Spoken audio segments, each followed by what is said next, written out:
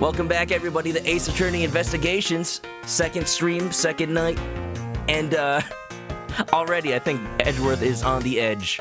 On the edge of his wits, because I am just apparently terrible at these games. I need to remember how to, get back into the groove, solving these mysteries and getting the right answers. But, it's not about being perfect. It's about having fun. Look at that. We got a tiny little gumshoe. Gum Shock. New Better Twitch TV emote that I forgot to upload. Never mind. And, yeah. We're just about to start Case 2. Turnabout Airline. And, it's a good one. It's a good one. As far as, the cases in this game, I say they don't suffer as much from any one of them feeling like filler. This game is just great all the way through. So, without further ado, let's see what it's all about. Ready, go! The murder that occurred in my office.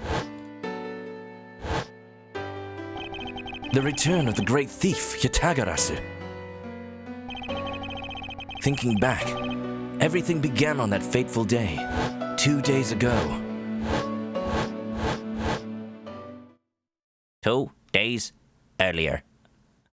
Oh, I died apparently. That didn't happen. Look!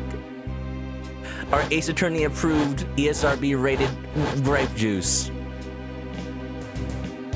I fly. Nice plane. I wish I could get on one of those. Yes, everything began high up in the air. 9,000 feet in the air, to be precise. Thank you for flying First Class Flight. We are currently experiencing some slight turbulence. We are asking our passengers to please return to their seats and fasten their seatbelts. What? I can't hear the PA. It wasn't even an actual PA filter. He just put his hand over his face.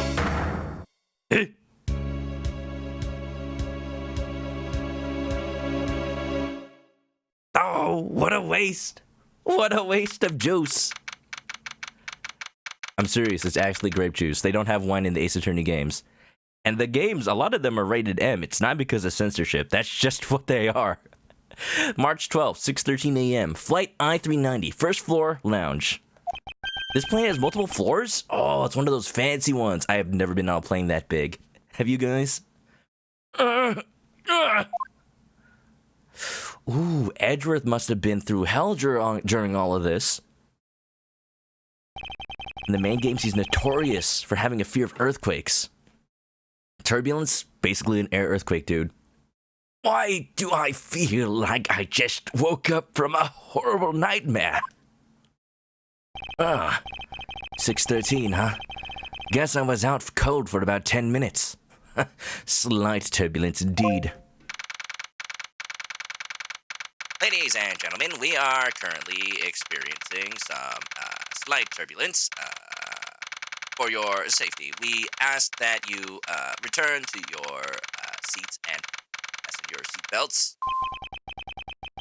I suppose turbulence is to be expected on a flight, though admittedly I'm less than comfortable with anything resembling earthquakes. Oh, ew. His wallet fell in the blood. The blood! I mean the wine. I mean the grape juice. Huh? What's this? A travel wallet? But it's not mine. Oh yeah, I stole it. How did someone else's travel wallet end up in my pocket? My head! Why won't this headache go away? I'll take care of this travel wallet later. Or hand it off to an attendant. Oh yeah, the attendant! I'm slowly remembering things about this game. You guys will see. Ugh. From an earthquake-like turbulence to an elevator. Edgeworth cannot catch a break. Also, an elevator on a plane? I know there are multi-story planes, but do they have elevators on them? That doesn't seem power efficient. Just have stairs. What am I doing hesitating like this? Actually, I know full well why I hesitate. It was when I was still but a young child. Skyquake. No! Is that a sky earthquake? What is that falling from the sky? Is that LaCroix? Pro ZD. Oh, well, spoilers for Ace Attorney 1.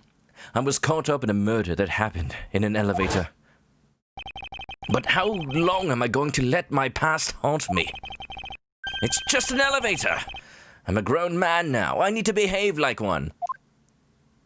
Oh, don't worry, Edgeworth. You're a man, baby. You're a man. Oh, excuse me. What the?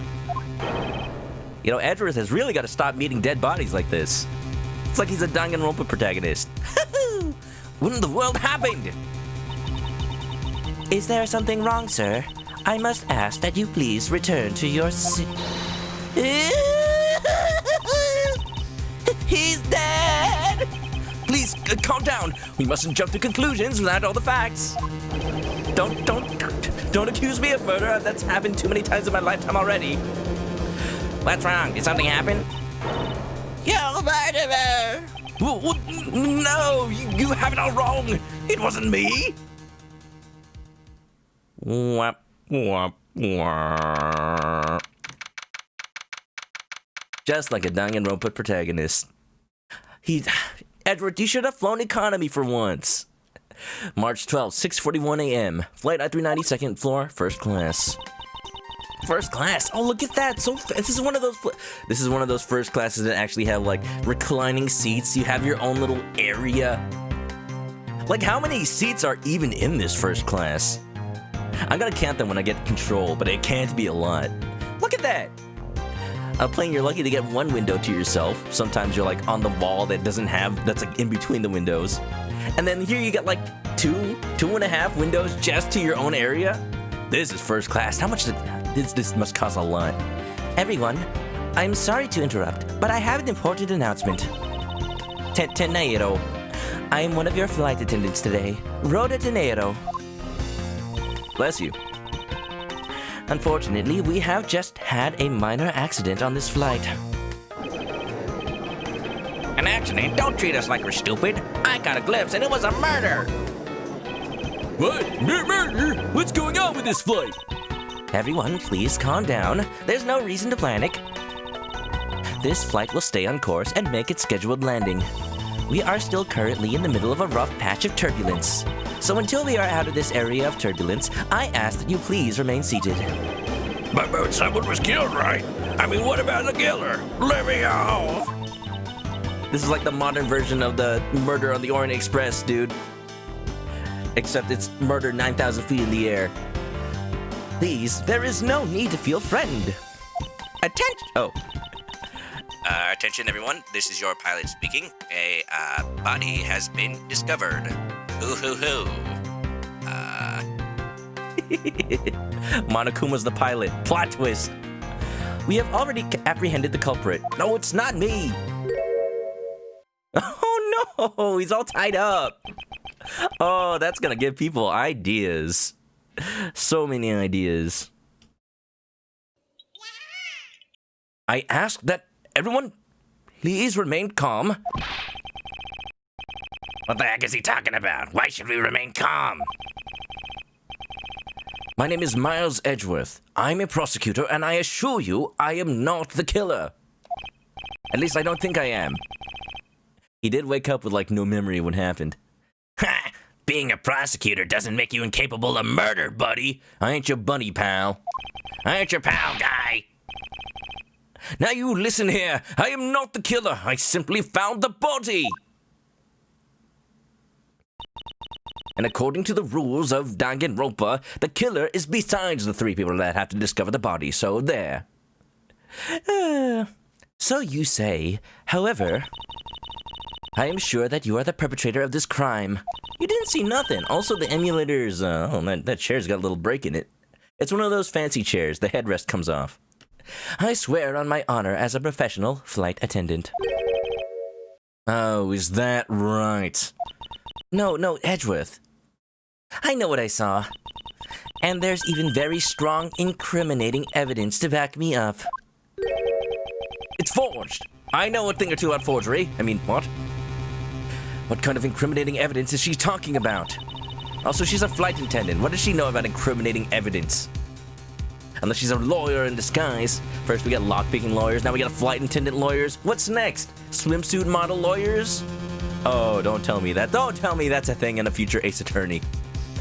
You once got to fly in first class. You were too young to sit next to an emergency exit.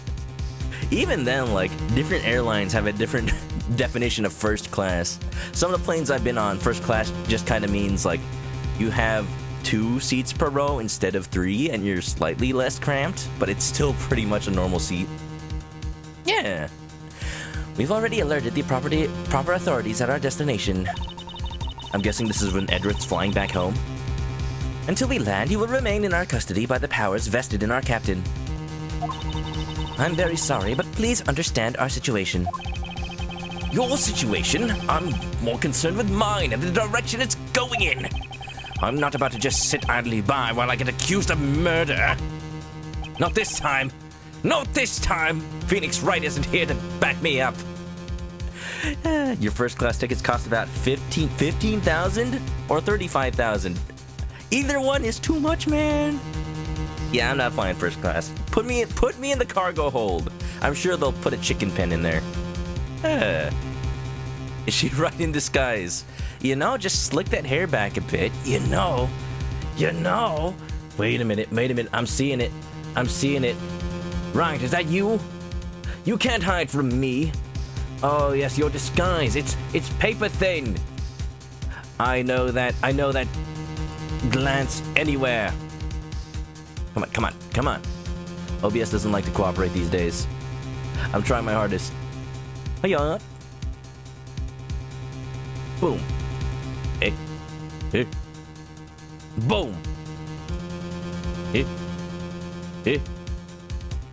You know, this isn't worth it anymore. I can't even get rid of it. This is wonderful. Miss Tenero, is it? Or is it Miss Wright? Yes? I was wondering if you might give me a chance. A chance? To do what? A chance to plead my case. And a chance to ask what you meant by incriminating evidence just now. No. To accuse a passenger of such a grave crime without allowing him to give a proper defense, can the professional flight attendant inside of you really call this action righteous? You have a point. Very well. I'll listen to what you have to say. But be wary of what you reveal. I'm afraid you'll only look even more suspicious if your explanation fails to satisfy. Lady, I'm a professional attorney. I have faith in myself. I also do not have the time to deal with you all day, so please make it quick.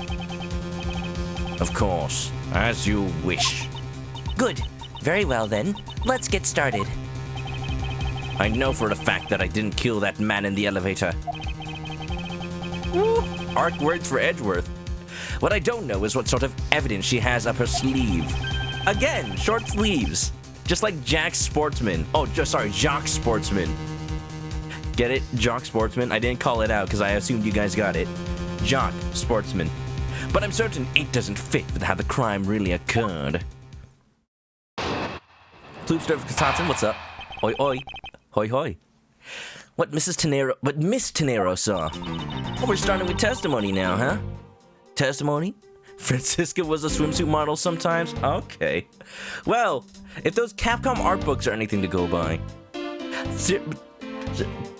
In all seriousness, I do want to get an Ace Attorney art book at some point. I saw one in a comic shop one day, and I regret to this day every time that I never bought it. They have like really cool like what if situations. Like what if Phoenix and Maya were part of a concert and they played instruments with the rest of their friends, or what if they were just hanging out and eating ramen. So much lore that never actually gets used in the Ace Attorney games themselves. Like they went into it. They went into like creating a world, and it shows. I just love the effort they put in these games. Anyway, we got testimony. The victim didn't write your name in blood. That means you're not innocent. Dang it. Hold on. Let me just uncover some evidence over here. Look, my name in blood. Sir, that's your blood. Sir, that's grape juice. I swear to tell the whole truth as a professional flight attendant. You notice her hair bun is square? That's gotta require a blot of determination or hair gel. Unfortunately for you, Mr. Edgeworth, I am certain you are the killer. The scene I saw in front of the elevator. It was you standing there with fresh blood dripping off the murder weapon. A wallet? I was holding a wallet. So if you would please cooperate, we'll turn you over just as soon as we land. That's it? That's her evidence? Professional lawyer she is not. I don't think you could ask for a more perfect witness testimony. Wouldn't you agree, Mr. Edgeworth? Not really. It's hardly perfect when there's a gaping hole in it. Woohoo! So smug. This is why I like... This is one of the best things about this game. We get to see a glance into the mind of Mr. Edgeworth himself. Every smug grin expression. Every hint of, oh, yeah, I've got my updated autopsy report. I'm just waiting for the right time to bring it out. We get to see that firsthand. Hopefully, if I don't mess up. Hold it! Guffu, what you get? Is it good? Did the flight attendant bring it to you with square hair? My cousin actually is a flight attendant. I should ask her how the business is going, because I have no idea. I think flights has started up again, but like they're quote-unquote enforcing rules about what you can do. But how could you really enforce, I don't know, distancing rules on a plane where like you're gonna be cramped and locked together for hours anyway? I'm not gonna chance it. I'm not taking any flights anytime soon. The murder weapon dripping with blood? Really now? I swear that it was the grisly scene I saw before me.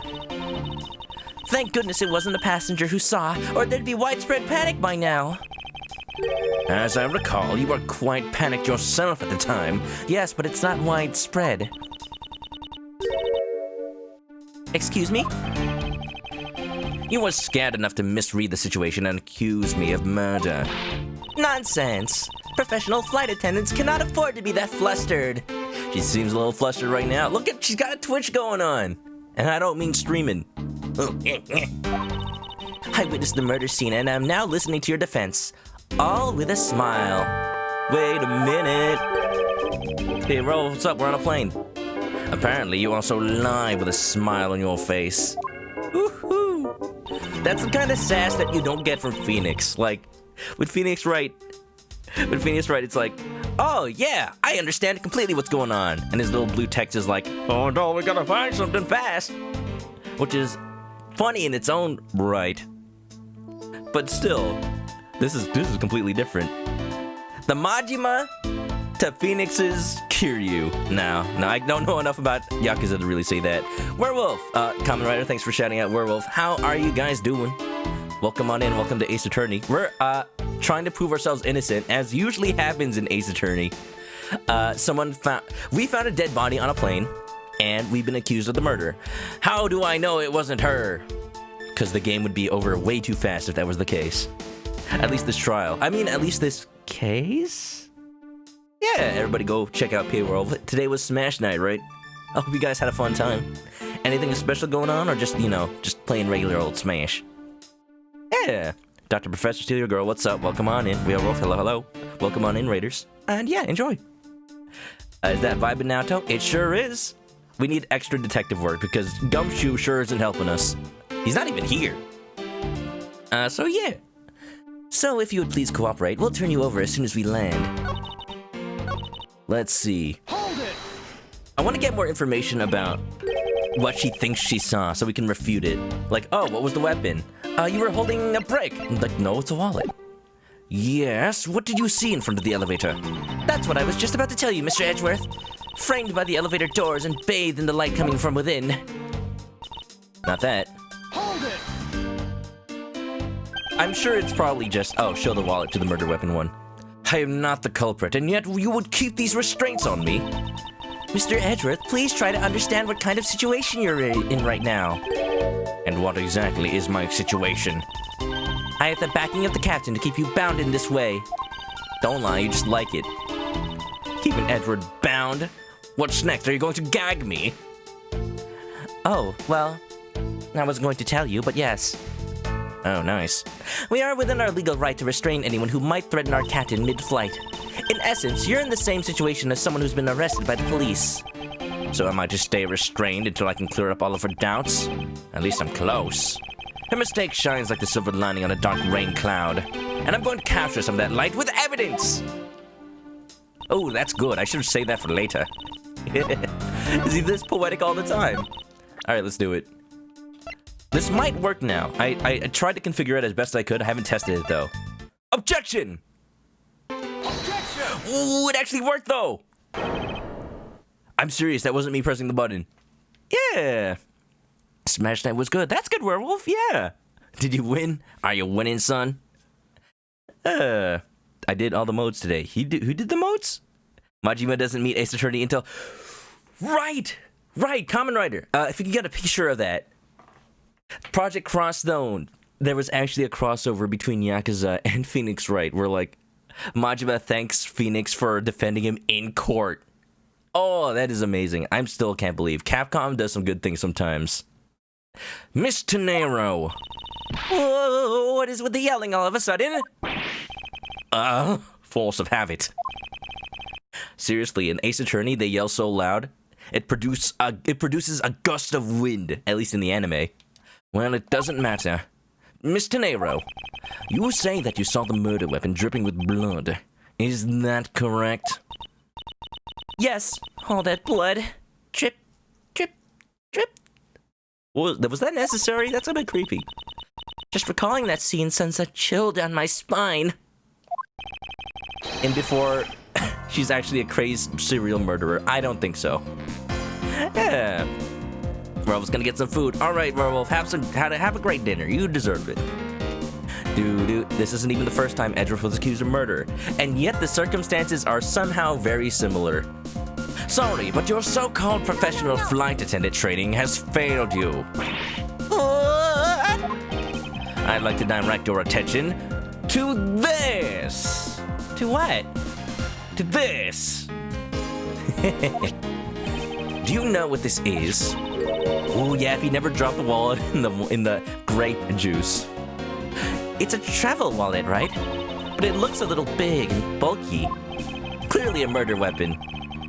You've seen a travel wallet that has a letter opener in it? Hardly something you can stab with, but sure, maybe. Oh, speaking of letter openers, that game that just came out, Samurai Jack. That new Samurai Jack game, was it Battle Through Time? Something like that?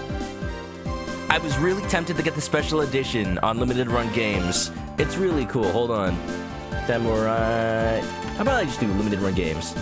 It comes with a little Samurai Jack katana letter opener. Oh my gosh. Can I get a picture? Can I get a picture of the limited edition? It's probably sold out. Samurai Jack limited run special edition. Letter openers. It's really cool. Of course, it's on eBay for $250 already, but still. You know, I was really tempted to get this special edition. Oh, it's not even on their website anymore. Hold on. I was really tempted to get the special edition because it comes with a little letter opener. Look at that. Jack's katana. Specifically so I can make Gundams hold it. And it's got a 7-inch tall Samurai Jack statue, soundtrack, posters of Aku. It's really nice. It's really nice. I hope that game turns out good. It's out already, right? I think I saw somebody playing it, so I hope it is good. Da-da-da-da. Majima wouldn't punch the judge, he'd stab him. I'm sure that incriminates him even further. You don't even get mail you want it. I mean, yeah, I just want it for Gundams. Anyway, the thing you saw me holding when I discovered the dead body in the elevator was this very travel wallet, Miss Tenero. What? Impossible! Now then, Bakana, Masaka! Now then, do you still think I am the killer? That I killed him with a travel wallet? Maybe. I don't know, you seem very crafty. Maybe you're the MacGyver of this universe. But, I saw blood dripping from the wallet. I know I did. Unfortunately, no, I'm not John Wick. I can't kill 3 men with a pencil. Although that movie was very fun. As you can see, this wallet is clearly stained. But if you would be so kind as to take a whiff, I think you'd agree it's only grape juice. You're right, it smells delicious. Ben? That's right. You mistook grape juice for blood. The murder weapon dripping with blood does not in fact exist. No! There. That should clear up that pesky accusation. Eh? Oh, wait just a second. That is... I mean, even a wallet could be deadly if it was wrapped around something heavy. I demand that you show me what's inside. Please. I don't actually know what's inside. For all I know, there's like a card of lead. She's trembling, and the tacked on please at the end. Sounds like I've got her. Oh, Edgeworth, I bet that happens a lot to you. Oh no, trembling please. There's no need to look inside. Even you can tell from its appearance that it's light. What do you mean, tell from its appearance? Maybe it's full of just pure lead. No, I can't be sure of anything until I see the contents of that wallet for myself. Oh, she's a persistent one. I suppose we have no choice but to see what's inside. Is this one of the... no. Sometimes with the evidence, especially in the DS games, you can examine it and see, like, you open it up. That happened in, Great Ace Attorney, for sure. Miss Tenero, if you will be so kind as to open the wallet and check its contents for me. All right. I usually don't pry into passengers' belongings, but we have no choice here. Oh yeah, Samurai Jack game. I saw on Twitter, the devs are being very nice. If you get a content claim on your... If you stream the game and you get a content claim on the video, you just, like, tweet them or let them know and they'll take care of it. I didn't hear it had anything to do with false content claim. I assumed it's like, oh yeah, you're playing the intro. It's like playing the Samurai Jack theme, so Cartoon Network or wherever is gonna auto content claim it. So it's like, that makes sense. So that's just nice of them. Like, I heard Spike Chunsoft had a similar little problem because the Danganronpa anime actually, the Danganronpa anime uses cutscenes from Danganronpa in it. So if you stream Danganronpa, which happened to me, you get content claimed towards the anime. But I contacted them and they wouldn't auto-remove it, so I had to edit that video. That sucked. It seems that this passport is all that's in here. Ooze. As you saw, there is nothing but a passport inside. What if it's a very heavy passport? This renders your wallet was the murder weapon argument moot. Moot. Wouldn't you agree? Please, hear me out, Mr. Edgeworth. What is it now? Well, I was wondering, whose passport is it exactly? Not relevant. Can I take a look? Assuming they're on this plane, it's probably the victim. I can't believe we haven't checked. Why not? I'm rather curious myself. Yeah, that's him. I thought his first name was P. Ah, yes, Mr. P. Hicks. Act B. Hicks. Act B. Hicks. I can't see a pun in that. But Borginia! Oh, that's a good country. Familiar to anybody who knows Ace Attorney. This is Korea. Just as I thought. This travel wallet belonged to Mr. Akbay Hicks. Type P. I think that's the passport type. I'm not aware of any blood type P. P. For the universal ponator. Which makes it the victim's property. Hopefully that doesn't incriminate me at all. I just happened to pick it up, apparently. That Majima is so insane that Naruto running down a building and throwing a bunch of knives like Dio is completely in character. Does he do it though? Is that cross zone? You stole the victim's wallet, didn't you? And how dare you? You said it yourself. You claimed to be holding this wallet in your hands when I found you. Very familiar. At least this time he didn't pick up a gun. I wonder how much simpler that case in Ace Attorney 1 would be if Edgeworth didn't just pick up a gun for no reason. He's a lawyer. He knows better than that. Perhaps I did misconstrue the wallet for the murder weapon, but it seems that I wasn't wrong about who the culprit is. Ooh, boy. The victim looks like Dimitri from Fire Emblem. You know what? You're not wrong. Rip Dimitri. Didn't even make it to Fire Emblem. 6:15 a.m., huh? Miss Tenero's logic. As you claimed, the murder weapon is not the travel wallet. However, it is something you stole from Mr. Hicks after you were done with the vile deed. I find it hard to believe myself, but your motive was very simple. You were out to steal Mr. Hicks's money, weren't you? She's just guessing at this point. His body was in an elevator. He was probably killed on another floor or something. So even though I didn't have the murder weapon on me, you still suspect me, I see. You stood up at the crime scene with the victim's wallet in your hands. How can I turn a blind eye and not suspect you of foul play? Give Hicks an eye patch and it works. He's a lawyer. He's already rich. Definitely richer than Phoenix. Like, consider all the cases that Phoenix takes on. Almost all, like, what's the phrase for free? Like, he's either defending a friend or himself or Maya. How often does he actually get paid? Edgeworth, though. Edgeworth makes the big bucks, especially from cutting Gumshoe's salary and taking it for himself. We know where all the budget's going. As you claimed, the murder weapon is not the travel wallet. However, it is something you stole from Mr. Hicks after you were done with the vile deed. I wonder how I can disprove that. You think I stole it? Yes, I'm very sorry to say it, and I wouldn't usually be so rude, but it must be said. Pro bono, that's the one. Just call him Pro Bono, right? Not Phoenix. Makes me think of Bonobo monkeys. Impeccable logic. I never thought I'd see the day, but here I am calling a passenger a thief. No words. Maybe I should put on a serious face and say it more directly. I believe you removed the wallet from the victim's personage. It really doesn't matter how you phrase it. Just trying to make it sound more fancy. What I'd like to know is why you think I stole Mr. Hicks's wallet. Lady's got issues.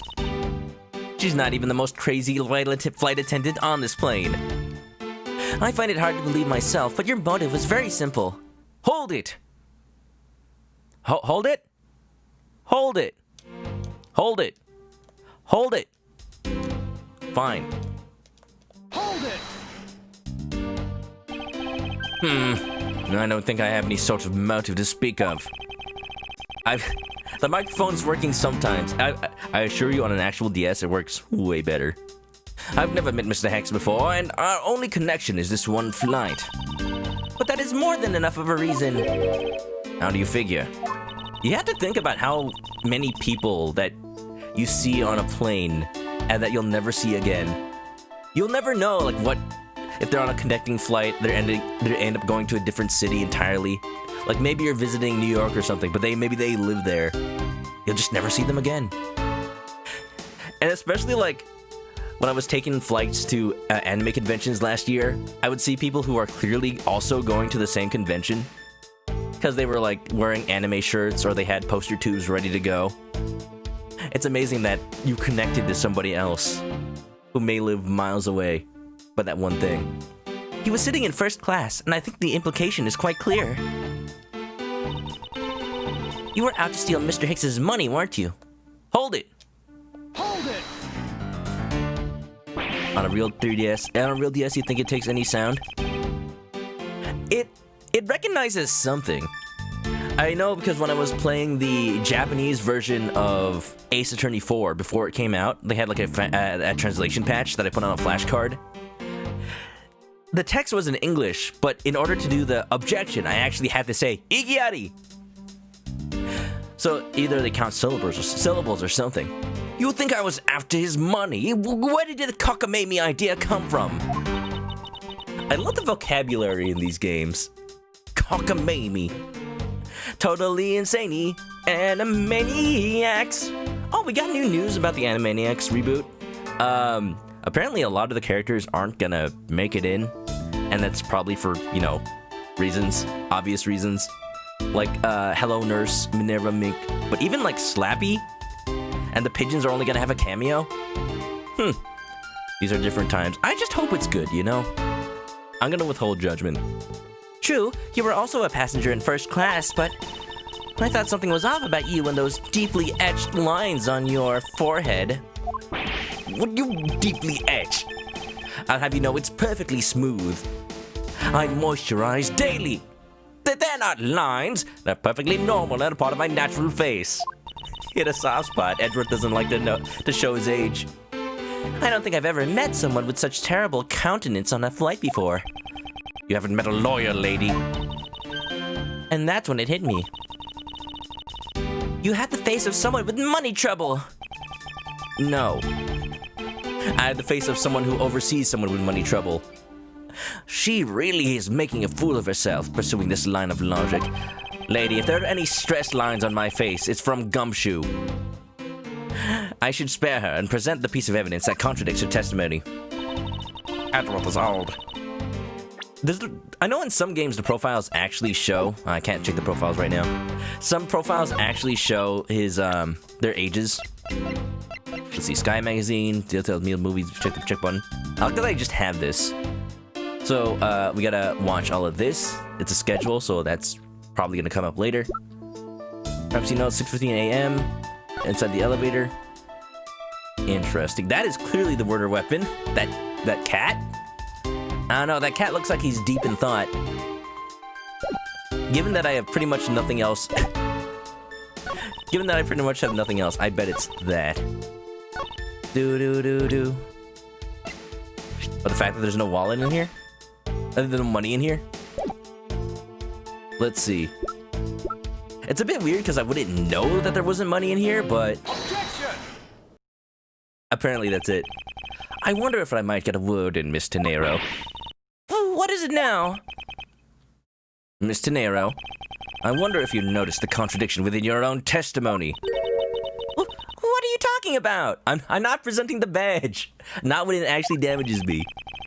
Simply put, as you saw with your own eyes, the only thing inside Mr. Hicks's wallet was his passport. I don't know if I like that. Like, there's no way I would have... Even if I was after money, it's like I wouldn't know that he didn't keep money in there. If I was really after his money, then why would I steal a penniless travel wallet? He thought the answer was the badge to prove that he was rich. You know what? I would like if that was the answer a lot more. But that's right. You, Mr. Edgeworth, you didn't know it was empty when you stole it. You would like to think that, but that's not possible. What? Oh, because the money's all over the floor. What do you mean it's not possible? There is no way the killer didn't know that the wallet was empty to begin with. Oh? And what makes you so sure? How can I show her that the killer knew the wallet to be empty from the get-go? Because there's money all over the floor, dude. Check it out.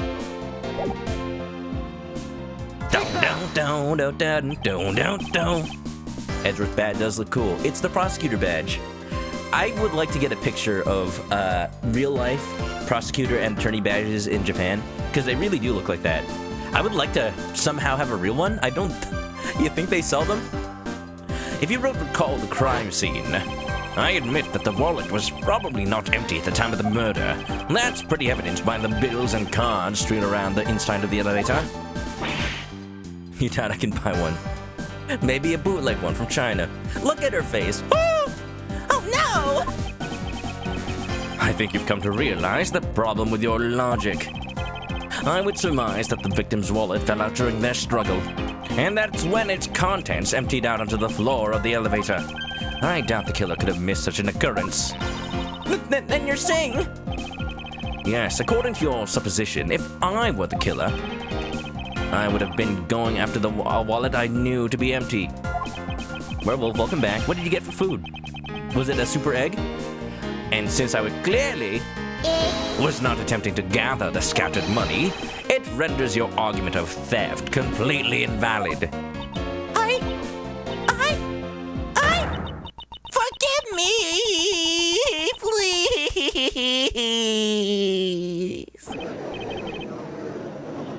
Hey, what the heck? Are you saying the attendant's wrong? So that guy isn't the killer? Don't believe it, everyone. It's a trick. One of them lawyer tricks. Will you all please be quiet? Tenero. Yes? You lost your cool when you saw the dead body. Plus, the lounge was dark and looking into the light from the elevator. It's easy to see how you mistook the wallet in my hand for the murder weapon. I take no offense that you thought that I was a killer. Especially because you tied these bonds so expertly. I haven't been tied this well since the right time. Mr. Edgeworth. Thank you for releasing me. How to speak Borginian? What is it now? Wait.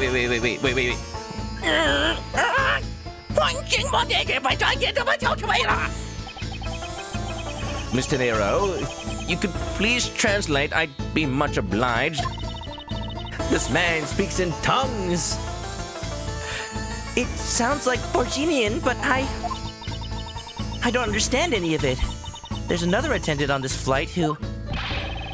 I said that he is giving the runabout. I don't require an interpreter. I speak English just well. See? You're the attendant. Yes, sir. I want this person to be under the arrest until we arrive at the airport. Pretty sure that's a man. Pretty sure. Why do you care so much, man? Oh, Borginian. The victim was Borginian. They might have been associated. Uh-oh. We've had a sausage pepperoni pizza. Ooh, you know, I need some pizza myself. I am already out of the frozen pizza I've been eating. It was just too good. I'm sorry, sir. What exactly are you hoping for? What is it you want? I am finished talking to the likes of you. Please, I would like to hear why you would like me to be held under arrest until we land. Under the arrest? You? How dare you try to waste my time? You were the one who stuck your nose into my affairs. I wanted to spend even at least one more second with my precious art. I have no time for other things. I know what you are. I see through you. Insolvent. Yes, I am pretty sure that is how you say it in English. Insolvent? Inscrutable? Well, I'd hope that I don't dissolve in water, but I don't think that's what you meant. Oh no, yeah, Edgeworth is just the wicked witch of the West. I'm melting! Oh, what a world! What a world! I'm sorry, but I don't think I caught your name. I think he meant insolent. Insolent? Yeah, Edgeworth is anything but.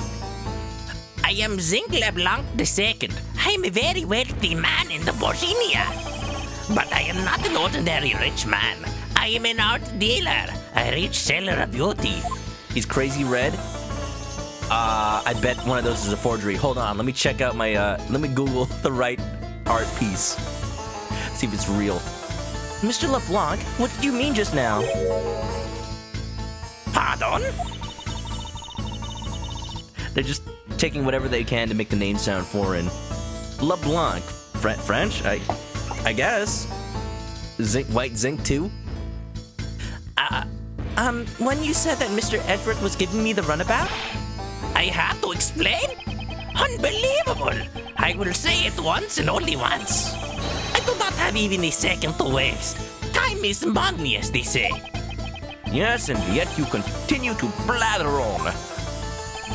I saw it. Yes, I did. I saw the victim go onto the elevator, going down to the lounge.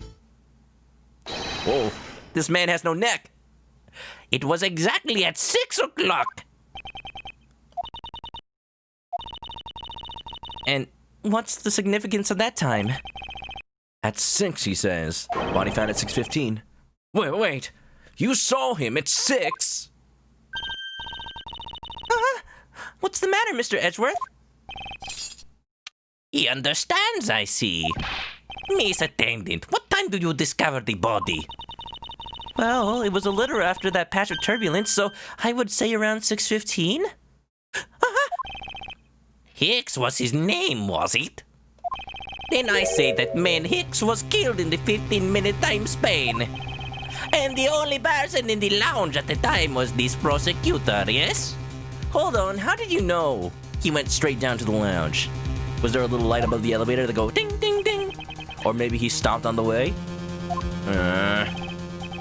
Yeah, I was in my seat the whole time. Me too. I was watching the movie and enjoying a fine glass of grape juice. Man, I was just at the climax of Shrek 2. I'm still eating. I still haven't finished, see? That is a huge steak. Look at that. That is like the size of his seat. Holy, whoa. I so want that. That must have been the steak that Harish got earlier. The other passengers have an alibi, so you have no problem with them, I suppose. It's a crucial mistake. Hey, could you check under that steak? Maybe there's an ancient coin underneath. No compliant, I see. Not a single word against these, right? You bet it's the art dealer. It's the butler. He did it. I have no way of discounting what you might have put forth at this point, but it wasn't me. Also, stop wagging that finger at me. It kind of looks like a gun, and it makes me very uncomfortable. Oh, so you say? What do you have, what you say? The evidence? Mr. Edgeworth, are you really the culprit after all? No! Mr. LeBlanc, I suppose you are quite certain in what you saw. Enough to give testimony. Of course, I was looking at that man the whole time. He was playing with that annoying small machine the whole time. Machine? Yes, that is what you people call it in English, yes? It was making me crazy with the click, click, click. Ah, you were playing a Game Boy. From that description, it sounds like some sort of small computer. It was Sailor Mercury's little PDA. Bang, bang. The killer was Kamen Rider? How dare you even have the murder weapon still? I thought I could trust you. I believe what Mr. LeBlanc is talking about is a cell phone. They don't cut phones in Borginia. Given that this takes place in an era where smartphones are supposed to be common by this point, that makes it even funnier. That's the thing about Ace Attorney series. Because it takes place in like 2016 on, technology that was not around when the game first came out in like early 2000s, but has been invented since then, is auspiciously missing. Like the fact that all people's cell phones are like still push button phones with black and white screens. All the photos are in black and white. It's silly. I have to say that I did see him playing with it quite a bit myself. A simple cell phone, a laptop organizer I can see, but that's kind of low budget. I hate that noisy little machine in his hand. Not a fragment of beauty. All it produces is ugly sons. Anyway, I know what I saw. Mr. Nero. Yes? I was wondering if I might be granted permission to examine the crime scene. What? You want to examine the crime scene? Yes, that's what I said. That's what you said? Are you Solid Snake? Solid Snake? If you would grant me a little measure of time, I'm sure I can produce the real culprit. I don't like the sound of that. Fox in the duck pen. Yes, I think that is how you say it in English. Sheep? Wolf in sheep's clothing? It's Fox guarding the hen house. Oh, I need to get me one of those. Ha, Fox. And I believe my innocence was proven earlier.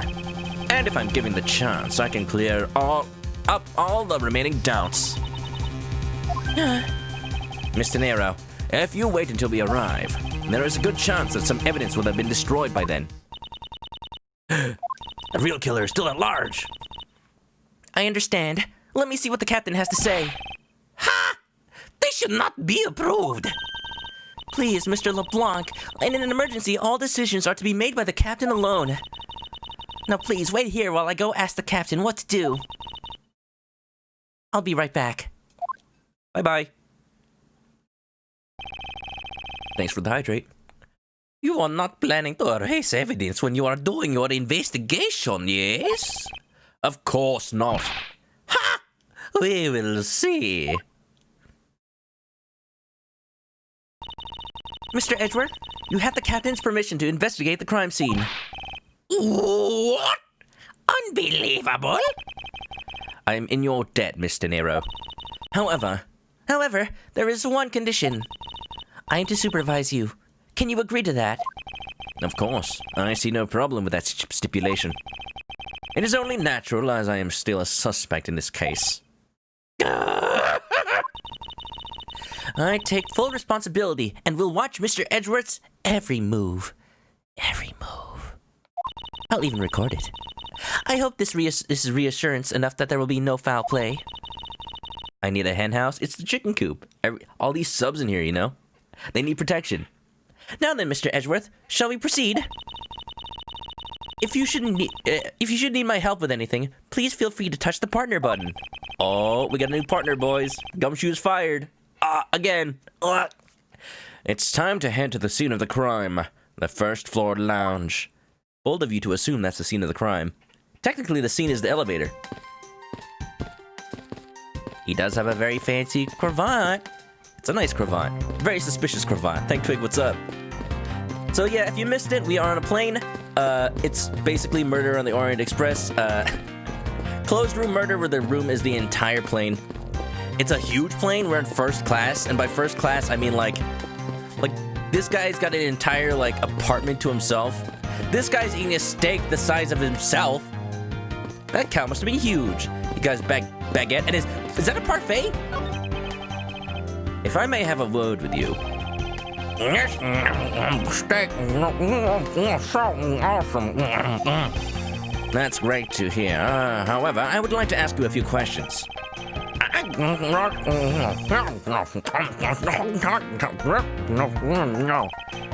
Eat or speak. Please pick one. He picked one. I think he chose to eat. Yes, I can hear that. Whomp. Ultra first class. This is zero class at this point. Nice cravat. This would have all been avoided if Edgeworth just took the economy flight. Please, he would have saved money as well. Like, he could have had Gumshoe swim over to whatever country he was in and then swim him back on his back. I'm sure Gumshoe could, like, even that upper body strength of his, he'd be like, just like propeller through the water, dude. Hey, miss, how about another glass? Excuse me, but I was wondering if you know anything about the murder. How about it? How about a glass together? I'm sorry, but I must decline. I wasn't talking to you. I was asking the cute attendant. I'm sorry, but I'm not on the clock right now. But if you need a refill, I'll be happy to bring you another glass at any time. Don't flirt with the partner. You got it, Toots. That's no way to talk to a lady. Edgeworth is a gentleman. A true gentleman. And anytime he would speak up against Francisco when they were growing up, he'd get a whipping, so he knows how to talk to a lady.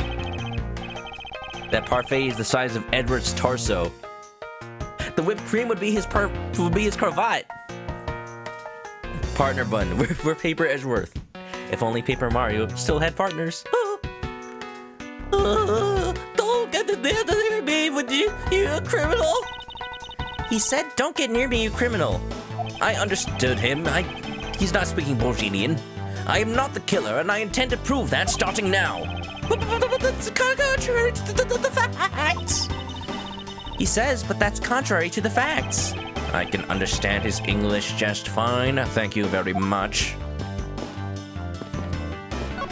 Bolsy Bear, what's up? Hello, Senor Chicken. That's me. That's me. We're on a plane. There was a murder. We were accused, so we need to clear our own names.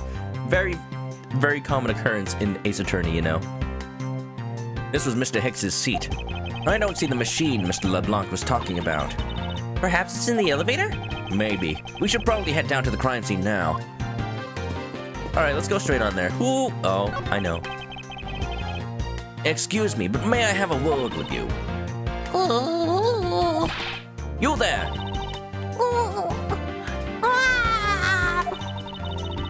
If you need something, please ask Miss Rhoda over there, okay? What the? Hey, wake up, you! I'm terribly sorry that she's being so rude, Mr. Edgeworth. No need for you to apologize. I just find it hard to believe she's asleep on the job. She's a mood. Big mood. If I were her boss, I'd see to it that her salary was cut so low that it was in the red. Can you do that? Can you cut a salary so low? Can you cut it to the point where the employee owes you money?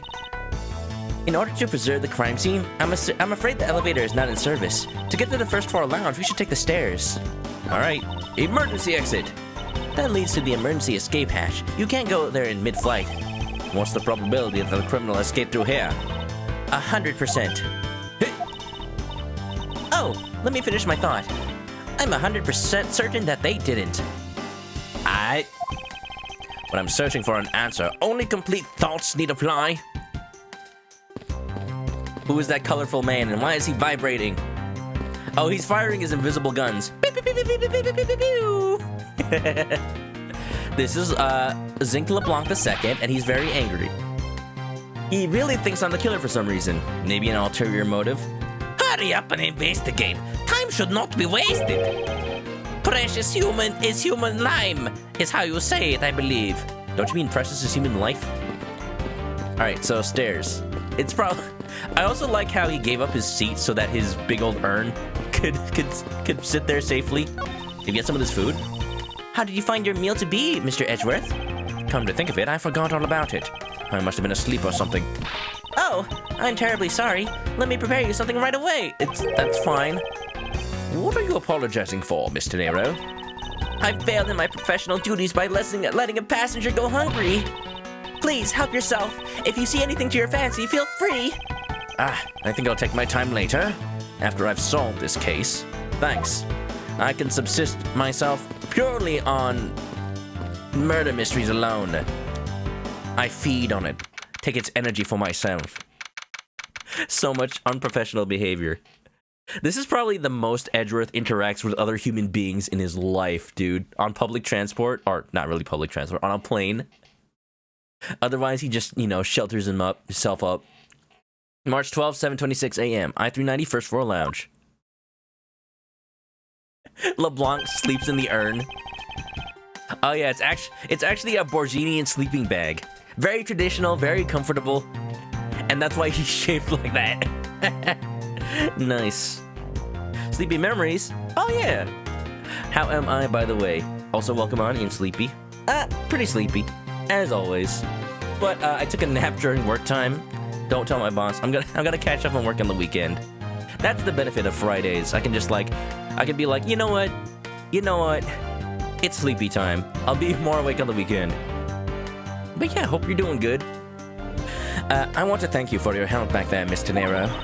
It was nothing. You should thank the captain for granting you permission. And just so everything is perfectly clear, I still don't trust you to that extent. I don't want you to think your standing with me has changed. Well, how about after a dinner or two? I see. I will bear that in mind. I received an order from the captain earlier. He wanted you to know that we reserve the right to stop your investigation if we feel you're not making progress. And when we do, he asked that you please return to your seat at that time. So my time runs out at his crew's discretion, does it? I have to find a way to discredit Mr. LeBlanc's testimony before time's up. I understand. By the way, is there any place you can think of where the killer might hide on board? I don't think so. After every first-class passenger was accounted for at his or her seat, we made a thorough search of the plane. As for business and economy class, no one can move between those two classes in first class without a staff keycard. And we found no record of a keycard being used at all. Which means that I have a first-class killer on my hands. The first-class killer. That sounds like a very prestigious title for a serial murderer. Only kills on planes after a certain altitude has been reached. At least I know that much for sure. Whoa, first class. Tenero kill. Oh, Harris, wait till you see. I urge you to withhold your judgment. I want to see what you think about the other flight attendant. Specifically what you think. And one other thing. No one else has been allowed near this crime scene since the murder was discovered earlier. Looking with eyes. Interested? Have I peeked it? Let me at him? What do you mean M? What do you mean plural? Now then, let's get started. But where should we start from? Let's start with Mr. LeBlanc's statements. The crime occurred between 6 a.m. and 6:15 a.m. During that interval, the only person in the lounge was myself. Do you know that for sure? which would make me the prime suspect. Ergo, I killed him. Open and shut case. Wait. However, since I did not kill Mr. Hicks, it means that the killer was around somewhere. Let me see them, you mean? Wait a minute. Oh, don't worry. You'll get yours. You'll get yours. Yeah. If we are to believe what you say is true, then yes. The first order of business will be to gather information to win your trust. Let's do it. Also, partner. Well, are you in need of assistance? Yeah. Can I get a number 5, number 6, extra fries? I'm not a fast food worker. Yes, I was ordering from the air mall. There's a catalog back in here. It has Gundams. Mr. Nero, I'd like to ask you about investigating the lounge. Oop.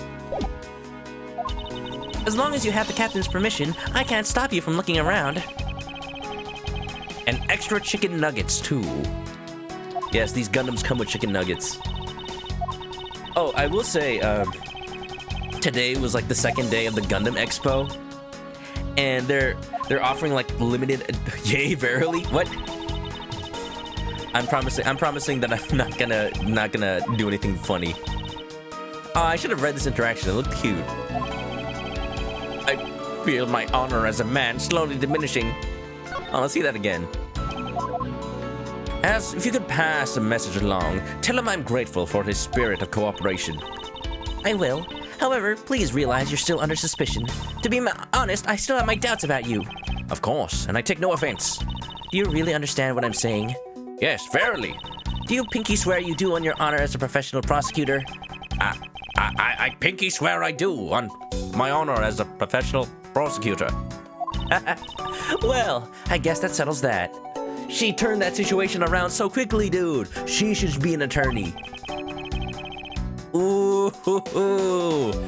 Okay, I'm with you, Harish. I like her. She has the guts to stand up to Mr. Edgeworth and his cravat. Not many people do. Not many people do. Edgeworth's hair is goals. It's really fancy. How do you think he gets his bangs so perfect? Like, they come up from the very front of his widow's peak, or lack thereof, and they go straight up and straight down. Do you think that's natural, or he has, like, some sort of scaffolding to hold it up? Because he certainly doesn't use as much hair gel as Phoenix. Whap, whap. What floors does this elevator service? Only the first and second, although it can also go down to the cargo hold. There, cargo hold. However, that requires a flight crew keycard. So the only floors accessible to passengers are the first and second, huh? It's anime hair! I won't rest until I've inspected every suspicious-looking nook and cranny. Like this nook right here. I doubt anyone was expecting to find a dead body in an elevator on this flight. Inspect every butt I find. So, Mr. Hicks, he's really dead? Yes. She's trembling, although I can't fault her for that when there's a corpse right there. It's pretty dummy thick. Mr. Hicks, if you're really dead, please answer yes. Yes. I see she's over the trembling now, although a new symptom seems to have appeared. Anyway, I should focus on the victim's body. Let me see. It's magic, it's witchcraft. What? Oh, that's how his hair stays up. Look, there may be magic in the Ace Attorney universe, but not until Phoenix Wright adopts his magician daughter. I want a custom Yu-Gi-Oh card for Dark Magician Girl that just puts Trucy Wright on there. And it's like Right Magician Girl. Yeah. Lord Examon, what's up? Welcome to the stream. We're solving mysteries. There's blood on the back of Mr. Hicks's head. Could this be the cause of death? He appears to have been struck very hard. Look at that! Edgeworth doesn't need people to tell him. He doesn't need an autopsy report. He makes the autopsy report. Even his glasses are broken. You doubt anyone was expecting to find a dead body on this flight. I mean, you doubt most people expect to find a dead body in most places. I want to see an Ace Attorney game where the victim is found in the morgue. It's like, wait, he was supposed to be alive, but he was dead? Yeah. What is this sinister-looking figure on the floor here? Oh, that's a piggy bank of our company mascot, Mr. iFly. Is it a panda? A weird cat? Ma, there's a weird cat outside. It's just one of the many pieces of merchandise we sell at our in-flight shop. This bank is a limited edition, and it's so popular that we're down to our last one. You mean that one? He is the Atasa report. You have an in-flight shop? So you're telling me all those Gundams are aboard the flight? Yes, they're actually flying the plane. They're all like supporting it from the underside with their jet thrusters. Yes, it's just beyond the lounge to our right. The shutter to the store is closed at the moment, but it was open the whole flight up until Mr. Hicks's body was discovered. Body was discovered! There's blood on here. Could this have been the murder weapon? All signs point to probably. Check the money. Excuse me. Money is strewn all over the floor of the elevator. I would guess it was all in Mr. Hicks's wallet at some point. The cause of death? No, he was just sleeping. He's just sleeping. He's still alive. Didn't you hear him say yes? So that looks like the same. The button can't be observed. Maybe this lanyard? I wonder what was hanging off of this lanyard. Something's missing from this picture. Now if I could just put my finger on it. Now does the evidence still have the lanyard on there? Nope, in the same state looks like. Maybe the wallet. Anything about his shoes? There's no grape juice residue on the soles of his shoes, making it highly unlikely that Mr. Hicks entered the elevator after the turbulence. Alright, well let's logic it up. It's probably murder weapon and blunt force trauma. There we go. Easy. I can use my brain, it works sometimes. The Gundam store will remain closed until the true culprit gets caught. We gotta find the killer fast. A statue with blood on it lying next to the body of a man who was beaten to death. Oh, Mr. Edgeworth, I think I figured something out. It was Mario. They captured him. They forced him to do community service, clean up all the graffiti. I saw there was I haven't watched the video, but I saw there was on YouTube somebody made a crossover where Phoenix Wright was defending Mario after the whole Delfino Island graffiti thing. And they made like the cornered objection theme in Super Mario Sunshine sound font with like the doot doot doot doot doot doot doot doot doot doot doot doot doot doot doot doot doot doot doot. Yes, what is it? The way the blood is on this, it looks like it matches up with the wound on his head. And aren't we deserving of the master of the obvious title?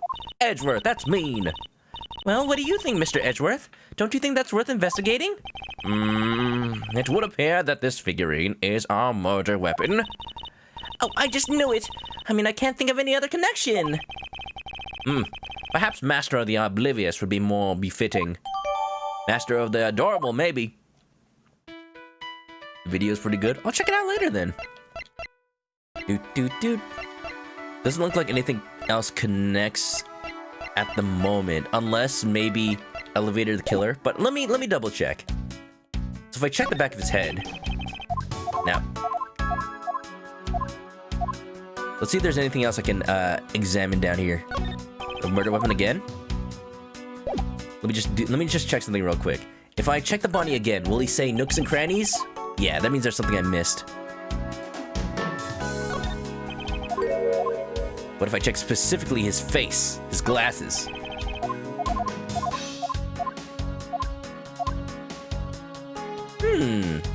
His pants.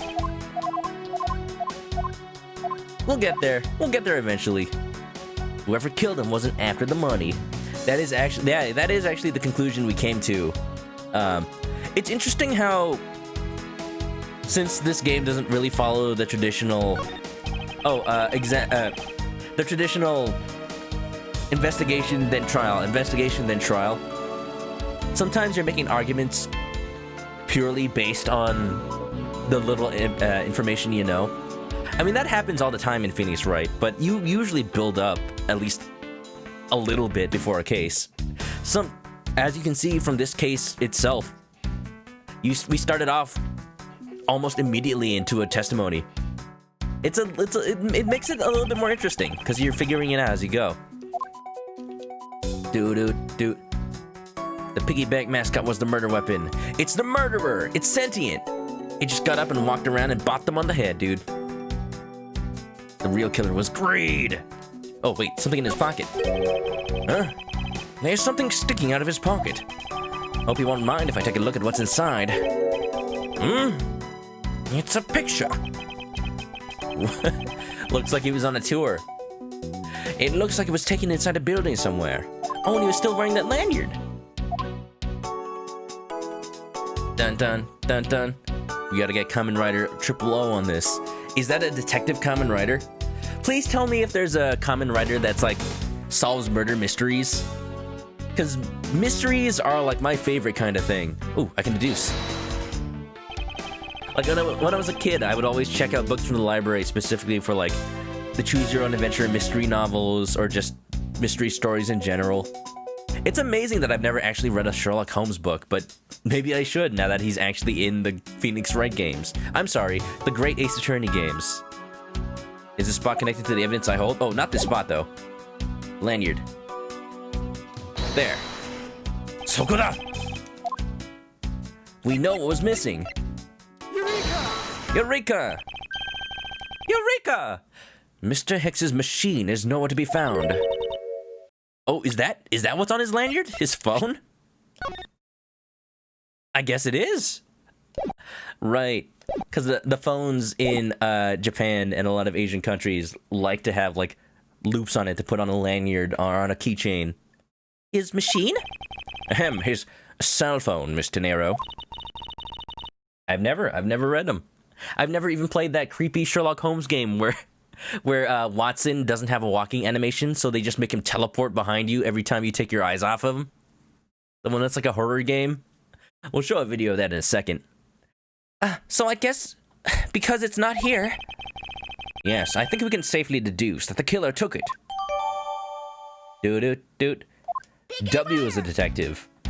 I think I know what my next model kit is. I was gonna say, there's a Gundam Expo, and they have like super special exclusive ones for sale, like right now. I think they're sold out now. I had to. Let me just check.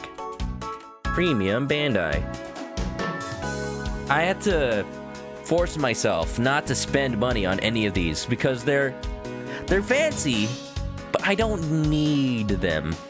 They're usually just like, oh, it's a clear variant or it's a shiny metal coated variant. I was very close. This one in particular. Hold on. Check it out. Look, I'm shilling for Gundam. Bandai, please sponsor me. Chrome. Check it out. They got like clear Gundams. They got a model kit of the machine that makes the model kits. Injection machine. I was tempted for that one because it's just so silly. They got a Haro, clear Gundams. They got a really fancy gold, not plated, but fancy gold coated bear dude. Actually, he's called a petite guy, not bear dude. This one specifically. Don't look at how much it costs. Oh, look at how much it costs. But it's so nice. It's so shiny and metal. Don't tell me I don't need it. Tell me I don't need it. It's the Sazabi. I already have the real grade version of this. I painted it myself. It looks terrible in my opinion because I didn't know how to paint at the time. But wow. I might pick up that bear if it's still available later. We'll see. I don't need it. If I am gonna make an order though, I might bundle it with a Kamen Rider. Expensive but cool looking. 200. The thing that's sad is that it usually, the regular version of that costs 75. So unless you can justify like $125 of paint, then it's not worth it. Like I know how much, if you were to paint that yourself, it would cost at most like, let me see, like it's, I don't know, $30 of paint. Unless you really doubt your skills that you can learn, it's really easy to use an airbrush. It's not worth it. I think, okay, so he doesn't have a cell phone. Does that mean anything for us? Not quite yet. Let me double check him again. This is how I'm just quickly checking. So it looks like I got everything here. Very nice. In later Ace Attorney games, they have a little like check mark next to things you've already seen, so it makes it easy to know when you're done with an area. But you know, there are ways to tell here too. You gotta go to bed, you weren't able to sleep, and now you're really tired. Thank Twig, absolutely. I encourage rest anytime you guys feel sleepy or a little like you're about to nod off. I'd rather you guys get some good sleep. Please do. Please do. Have a good night, and thanks for coming on by. Kamen Rider Double. So that's Double. Okay, I've seen like figures for Double. I like him. He's like cut in half. But I didn't think like it's literally W. Glasses and candles thrown into disarray by the turbulence. It's been a while since I've seen this big of a mess. It's terribly embarrassing, but I thought it was an earthquake for a second. It's actually a skyquake. And I frantically started searching for gas valves to turn off. I guess the shaking of the plane was bad enough to be mistaken for a real earthquake. Not that I would know, since I was unconscious for most of it. So the question is, did somebody, like, knock Edgeworth unconscious? Or did he pass out because it was an earthquake, and those tend to traumatize him? A pity that a bronze statue knows not when good drink has been spilt at its feet. This is our statue of our founder, Mr. Hugo Ifly, who was a big fan of grape juice. I'm sure he would be thrilled if he knew how so much grape juice was here at his feet. Is that a hint of hero worshipping I detect? Maybe. Seriously, it's grape juice.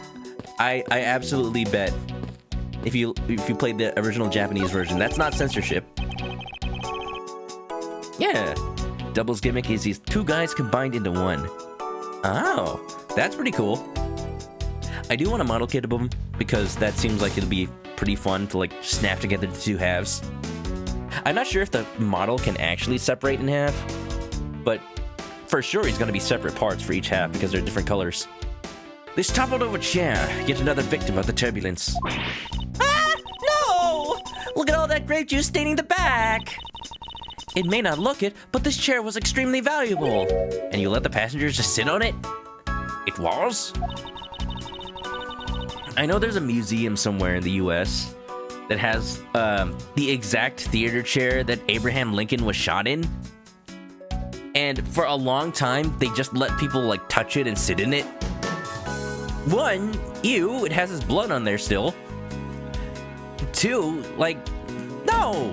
It's like super worn out now because of that. Who thought that was a good idea? Of course it's gonna get all messed up.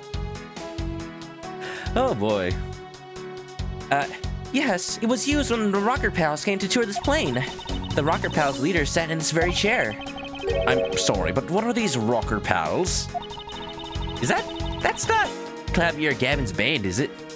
I can't believe you've never heard of them. They're all the rage. The Rocker Pals are an extremely popular international band. They added the pals part as they became more popular, especially among teens. So they were a band called the Rockers? That explains it. I'm not really one for the music of today. Am I out of touch? No. Is it the children that are wrong? Maybe I should ask Detective Gumshoe about them later. On second thought, I can already see how confusing this conversation would get. Not Gavin's band. I was slightly hoping. Because I'm pretty sure this game came out after Ace Attorney 4. The grand piano is the pride of this plane. It can play the music of whatever CD we insert into its CD drive. That's not a piano, it's more like an overgrown music box. That's sad. It's got electronics in it. It's an overgrown Walkman, dude. But it's keys to press along with the music, as though someone is really playing it. Yeah, just put some heavy metal in there. No, what if it's one of those... What if it does the same thing as like one of those MIDI converters where they just take like the sound waves and try to reproduce them using piano keys? Some people have entirely too much money to waste on overly complex toys. You know, speaking of, there was recently a Lego grand piano, and people were really excited because it does a thing where it automatically plays music and the keys do depress. But it's not like you can't just tell it to play any song. It's not a player piano. It just plays like one of, I think, 3 predefined musics, and it doesn't really play.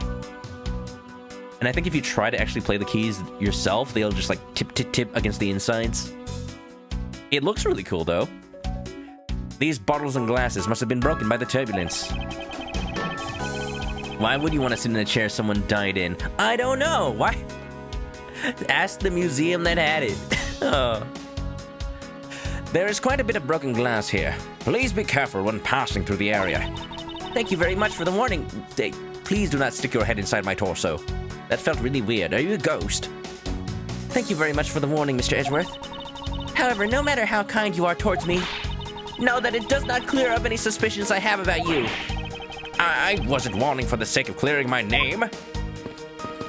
What was it? You wanted a date? Yeah, I remember Gavin's band name now. This door leads to the flight attendant's room. Please understand that it's off limits to unauthorized personnel. Please understand. The room is giving off the scent of women's perfume.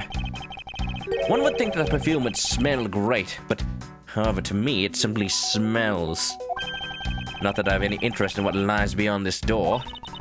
Perhaps we should return to the investigation, Mr. Edgeworth? Mr. Edgeworth? Sorry, I just noticed there was a super egg. Egg! Sorry, I spaced out for a second there. You know me, when my mind drifts to eggs, I cannot think of anything else. Thanks for the super egg, Poopster. I will cherish it kindly. Glasses, candles. Balls and can, just clap your hand, just clap your hand. There's some spilled grape juice in front of the elevator. I assume it was spilled during the turbulence. Oh, we must clean that up or someone might get hurt. Wait, no, but you need to look at the crime scene the way it was. Aha! Footprints! Whose footprints are these? What is it, Mr. Edgeworth? I found some very important evidence. Whose footprints are these? I see something. Take that! What is it? They're a little smudged, but I think we can both agree that they are a set of footprints. So you think? Of course I think. Who do you take me for? Phoenix, right? Yes. These belong to our killer. Oh, then maybe we should check the shoe sizes of everyone in first class. I don't think that will be of any help to us. Unfortunately, the prints are too smudged, which will make it hard to get a definitive match. Oh, I see. But if we check for grape juice residue on the bottom of everyone's feet... With that super egg, Ploopster's going to bed. Alright, Ploopster, thanks for coming on by. I hope you enjoyed. Have a good night, okay? And stay clucky. Prints made by the foot. Fruit by the foot. Oh, I'm hungry now. You know, next time I place a grocery order, I might get some fruit snacks. I just want fruit gummy. Sleepy memories, wait a minute. This place is a mess. Gotta clean it up. No, wait, Sleepy, no. Sleepy, no. Sleepy, no. We gotta preserve the crime scene. Oh, this is bad. We're on a plane. Do you know what you've done? Oh, this is bad. We're gonna crash. We're gonna crash. People, stop that bullet. Stop it. No.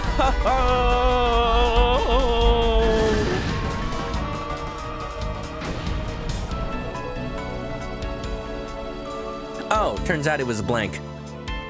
Thank you, Sleepy. Hope you enjoyed it. Mr. Edgeworth, you look like you're talking to the clouds. Is that so? Then tell me, what do you suppose I said to them? I don't know, but it looked like a rather one-sided conversation. But most of my conversations are in my favor. The clouds, they tell me nothing. My eyes, the goggles do nothing. Lost in thought. But you, what or who is this? This is a bronze statue of the founder of iFly Airlines, Mr. Hugo iFly. You go, I fly. You stay, I go. No following. The one on the left is of when he was in his 40s, and the other is of him when he was in his 80s. They look the same, though. The man actually aged in the span of 4 decades. Maybe I need to squint more. Dude is clearly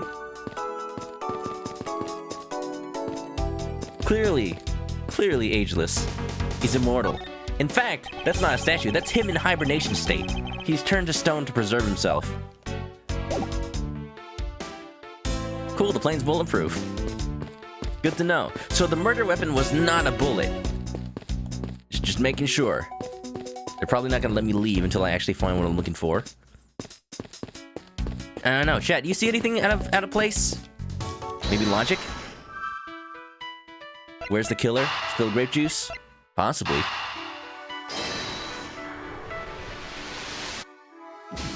Ah, I thought. I might need to check the shutter first. Yeah, because assuming these are the killer's footprints, then it would say, it would let us know where he went. He or she, whoever it is. The in-flight shop is just beyond these shutters, but we don't have permission to open them, so I'm afraid I must leave them closed. There must still be clues to be found here in this lounge. I must remain ever vigilant. Vigilant. Spilled grape juice in a pool under my feet. Unfortunately, the delightful scent of grapes is obscured by the unpleasant smell of the crime scene. What's that smell? It's blood. This scent in the air. It's the same smell as the smell of my towels after they come out of my home dryer. You should check your dryer for dead bodies. I would never have expected something like that by looking at you. Then again, I also clean the dead bodies in my washer and dryer. I suppose everyone has something unpleasant about them. Ew. Gross. Check the puddles again? Maybe. I think the game forced me out of investigating it when I found the footprints. Doesn't look like I'm gonna expect it again. Maybe closer to the footprints then. Nope. The murder weapon was a rider kick. Is there a well, I answered my own question with Kamen Rider X-Aid and the dude from the company. Was there an evil Kamen Rider? How about this question? Is there a Kamen Rider who, despite being the main character of his series, is a bad guy? Dude. Maybe from the left side of the puddle? I'll try. Nope, same thing. So maybe it is logic. When there's nothing else to look at. Let's see. So it's not where was the killer and spilled grape juice, but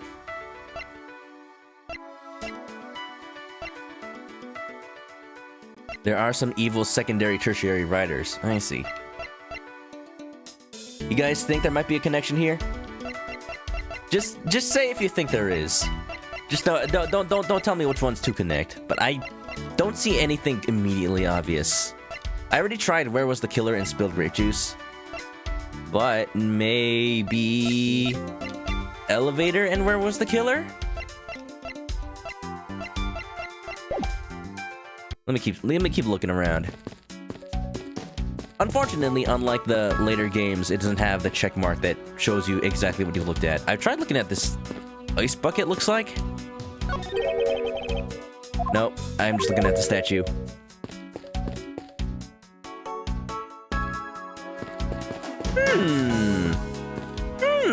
Maybe this puddle. Nope, just the chair. We got the piano, maybe this bottle right here? Let me see if I can check things on the counter. Nope. No.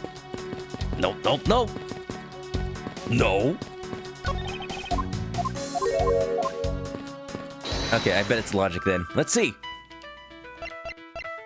Does the elevator point to where the killer was? We got these two at the same time, so maybe I was supposed to connect them.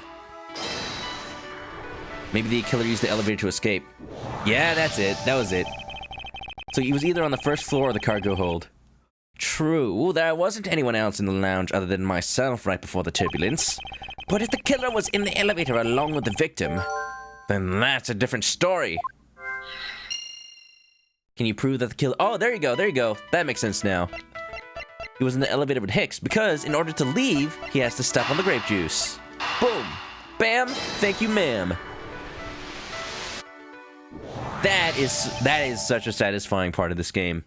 You put things together and suddenly, oh yeah, it's all coming together. I have it. Have what? I'm sorry, but I don't understand, Mr. Edgeworth. I can prove that someone other than myself was here around the time of the murder. What? Really? Really? For real? Yes, it's rather simple actually, Ryuji. The proof is in the pudding, or rather the grape juice in this case. These footsteps here confess to me this very fact. That someone exited the elevator alive. Seeing as how the victim is dead, that would mean a different person. Such an anime explanation. I saw a parody video. What if Uno was anime and they played it out just like a Yu-Gi-Oh? A Yu-Gi-Oh duel. It's like, here, take this. You've activated my draw 2 card. From this, using this, I force you to draw 2 cards into your hand, causing you to have more cards to play, putting you at a disadvantage. Oh, this is bad. No, I skip your turn with a skip card. But couldn't the footprints be from Mr. Hicks himself? No grape juice on his feet. Well, if you take a look at the victim's shoes, you can see the soles are spotless. Which means Mr. Hicks wasn't alone in the elevator. In fact, it's quite the opposite. He was not alone. There was actually one other person inside the elevator. Ooh. Dun dun dun dun. Investigation complete. You win. Perfect. Huh? What's going on over there? Is it a common rider? No, it's just LeBlanc again. Wait, no. You clearly say it like this. Leaf beetle, other beetle, antelope, leaf, twig, key, scissors. Scissors. What kind of dialect is this? It has scissors in it. Man, key, bug, man, eyeball. Well, it's like I'm playing push the button in Jackbox, dude. Unforgivable. This is unforgivable. Your winner. Do you understand what I am saying? The movie is late. It is the same kind of level of bad as if the plane arrived late. Not quite.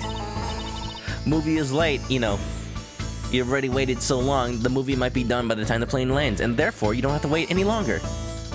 Jeez.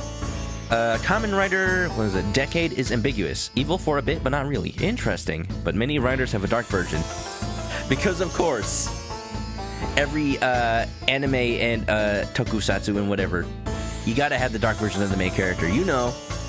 Yugi. Yami Yugi. Interesting. But the movie... What? I will not talk to you anymore. You are just wasting my time. What is the matter, Mr. LeBlanc? If there is no emergency, please return to your seat, sir. Do not tell me what to do. I need not to sit down. Well, Mr. Prosecutor, did you prove that you are innocent yet? If you would like, I will prove my innocence to you right now. What? Nonsense! Are you saying my eyewitness testimony is mistaken? Not mistaken, it's merely that there is room for doubt. It's not like he saw the murder, he just saw the victim. I'd be most honored if you could please tell me what you saw in detail once more. Fine, suit yourself, or I will shoot you with my finger guns. Bang bang! What I saw. You're not supposed to read the title. That's for the viewers. I am certain I saw Mr. Hicks enter the elevator. It was when the needles on my pocket watch pointed to the 6 and the 12. The body was discovered 15 minutes after that in the lounge, yes? Then you, the only person in the lounge at the time, must be the criminal. Is that a male Karen? Oh my god. Well, he's not demanding to see the manager. He's demanding to see that I ain't the man who was the killer. Mr. LeBlanc's conclusions seemed to make logical sense. After all, the only person in the lounge at the supposed time of the murder was me. So, my eyewitness testimony. If you think you can destroy it, then come. Let me see. Hurry, do I look like a man who is having the time to wait for you? Why is he so irritated? I'm the one accused of murder here. Anyway, I must find a way to discredit Mr. LeBlanc's account somehow, and fast. Oh boy. Sleep-deprived flight attendant is back. Ace Attorney waifu. Oh yeah? Well, I'm specifically gonna let Harish Moment decide that one. He's the master of waifus, I'll have you know. He inspects them very, very closely. What I saw. Don't deny it. You know it to be true. My Edgeworth reminds you of Liquid Snake. Ding, ding, ding. That's actually what I'm going for. Maybe not Liquid Snake, but a little bit of Master Miller. Somewhere in between there. I'm basing it off of my friend Bradderfield's voice. Because, you know, that's his go-to when he's explaining the rules of the Bradderfield. It's just so smooth. What better voice for a main character? Mac the Void, what's up? Glad you could be here. Yeah, I'm doing good. I hope you're doing well too. Hope you're ready for a good weekend. We're about to end this man's whole career. He's foreign and he sounds funny. Listen. I am certain I saw Mr. Hicks enter the elevator. It was when the needles on my pocket watch pointed to the 6 and the 12. The body was discovered 15 minutes after that time in the lounge, yes? Then you, the only person in the lounge at the time, must be the criminal. So let me get this straight. 6 and the 12. Was it? Yeah. Yeah, there's only one time where that actually is the case. Because if you... At 6 o'clock, it will be completely parallel. Yeah, but at 12:30, one of the hands will actually be like halfway away from the 12. But let's press it just to be sure. I assume the pocket watch in this case is the one you keep checking, is that correct? Oh, you noticed. It is a very expensive antique, I will have you know. The feeling is wonderful when I fully wind it up by hand. It does look very well designed. Quite classy. I will have to charge you if you want to touch it. That's quite alright. He's Mr. Krabs. Just touch it. $5. That's quite alright. Let's continue with your testimony. What a cheap man you are. Now return the time you wasted back to me. And if we must, I saw Mr. Hicks enter the elevator at 6 o'clock. I'm sorry, I'm the only one managing this case, so you're speaking to me. I am the manager. Hold it! Howdy dowdy, Mike Wazowski. Big Stu, what's up? Welcome on in. Hope you're doing good. Yeah, we're looking at testimony right now. Yeah. Mac the Void, you've been watching my Persona 4 VODs, but rarely can lurk here live. Hey, completely understandable. I stream late, it's a Friday night, so some people are more available at these times, and ironically, some people are less available because some people like to do, like, Friday night multiplayer shenanigans on Twitch, or, like, they've got plans with friends, stuff like that. Completely understandable. That's why I upload my stuff to YouTube for the most part. As long as you enjoy, it doesn't matter where. It doesn't matter when or how. As long as you do. It's true that I found the victim's body at 6:15. Metal Gear Solid 1, Miller, you know. Did you like my sunglasses, brother? And that's when I found the two of them as well. You'll see, it all matches my testimony. I'm starting to get a bit of, like, Ren from Ren and Stimpy in there. Stimpy, you idiot! Then you, the only person in the lounge at the time, must be the criminal. You always knew it was the Count Jester. The Court Jester. You don't know if he's the killer. If this was Ace Attorney's first case. If this was the first case of any game, then probably. But here, we're not sure. And that is the most mistaken way of thinking I've ever heard of. Nice good alert. Hey, completely understandable as well. Have a good one. Windy, what's up? You wonder about Borginia lore in Ace Attorney, where it's located, what kind of culture did the writers take inspiration from? It's almost like they went with as foreign to any country as possible. Because the first time they tried to introduce foreign stuff to Ace Attorney with, like, the Von Karmas from America, they had localization problems. So with Borginia, they're just straight up like, yes, any country that is nowhere near America or Japan, it's Borginia. Sounds Eastern European for the most part, but then they got like names that are slightly French. Their writing style is hieroglyphics or something. Whatever it is, it's even within the Ace Attorney games themselves, Borginia does not seem to have one particular aesthetic. Like, I can't even tell you what country his outfit is supposed to be from. But I hope you're doing well, Windy. You haven't missed too much, I say, 2 hours into the stream. Because for the most part, nothing's really changed. We've been accused of the murder in the plane. We just have a little bit more evidence this time. And sit back and relax. No. Your silly opinion is what is mistaken. Please calm down, the both of you. In a sense, you're both mistaken. I am never mistaken. Not a day in my life. Nope. Well, if that isn't the pot calling the kettle black, then I don't know what is. He certainly has a lot of confidence in his testimony. If push comes to shove, I may need to press him for more information. Sounds good to me. Mr. LeBlanc, were you able to get a good look into the inside of the elevator at the time? Of course, I saw what was inside. And you are sure that the victim was in the elevator alone? Yes, the only person inside was that Mr. Hicksman. This last outburst is a bit too important to let go. The only person inside was that Hicksman. Oh baby, oh baby. Do we have some evidence that prove otherwise? Maybe. Let me double check. Let me press this statement just to be sure. Was he really alone? Of course, I will bet even 1 cent. I bet converting that to Borginian is a fortune, but no.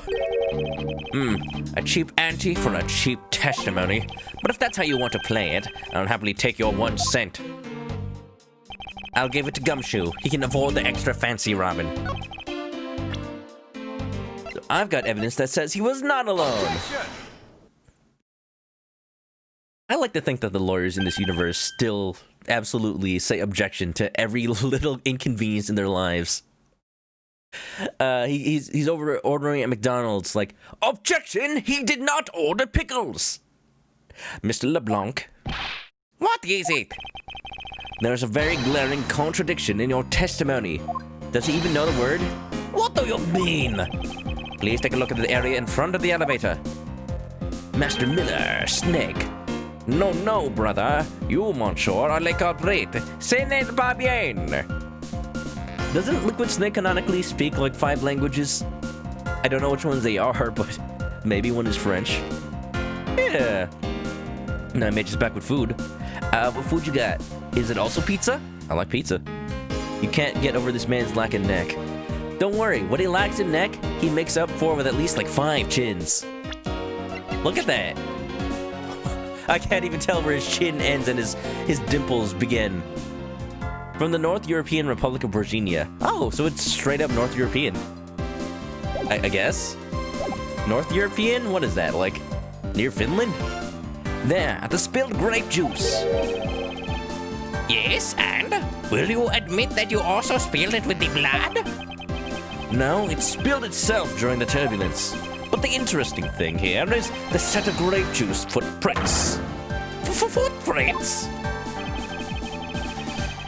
Yes, the ones that lead from within the elevator out into the lounge itself. It's evidence that proves that someone other than Mr. Hicks exited the elevator alive. Oomph! Oomph! You like the one-off characters in this case. You like Tenero. Teneros are cute. Honestly, this game, out of all the Ace Attorneys, hits it out of the park for the characters. They're still grounded in realism. Like, you take a look at the characters from Ace Attorney 1, comparing them to the rest of the series as it goes on, and they get more and more characterized. Check it out. Let me get some Ace Attorney sprites. I think around here, like around this era, Ace Attorney Investigations and Ace Attorney 4, I'll Follow Justice. Ace Attorney, Court, Records, Sprites. Around this era is the good balance in game design where they're not too cartoonish. It plays into some of the plot points in the later games to be cartoonish, but check it out. Here is, if I take a character from Phoenix Wright 1, even if I like take characters from the main parts of Ace Attorney 1, like Wendy Oldbag, and then compare them to the characters that were added for like the extra case 5 Rise from the Ashes, Mike Meekins. They are both security guards, but one of them clearly has a very different style from the other one. The characters in the original Ace Attorney games were a little more realistic in appearance, but then over time they became more and more anime. I like the style in the new games, don't get me wrong, but the neat thing about the series was that it was grounded in reality to begin with, and then they added so much more like magical, mystical stuff. But, Colonel. You like the characters that take their job seriously. That too. You're talking about Edgeworth, or are you talking about Mr. Borginian man over here? There must have been another person in the elevator with Mr. Hicks. Now then, I'm done playing games. Why don't you tell us the truth? Now you want fast food. I do be wanting a burger. I've been wanting one.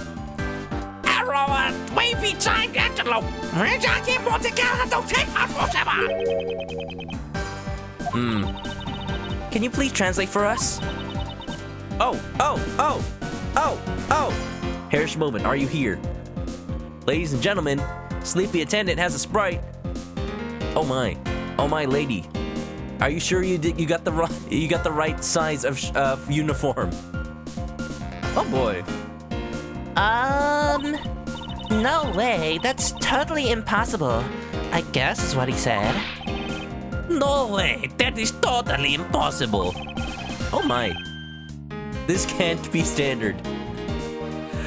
I know there was no other person in there. I saw with my own eyes. Mike Meekin's got a twig for a neck. I mean, you're not wrong.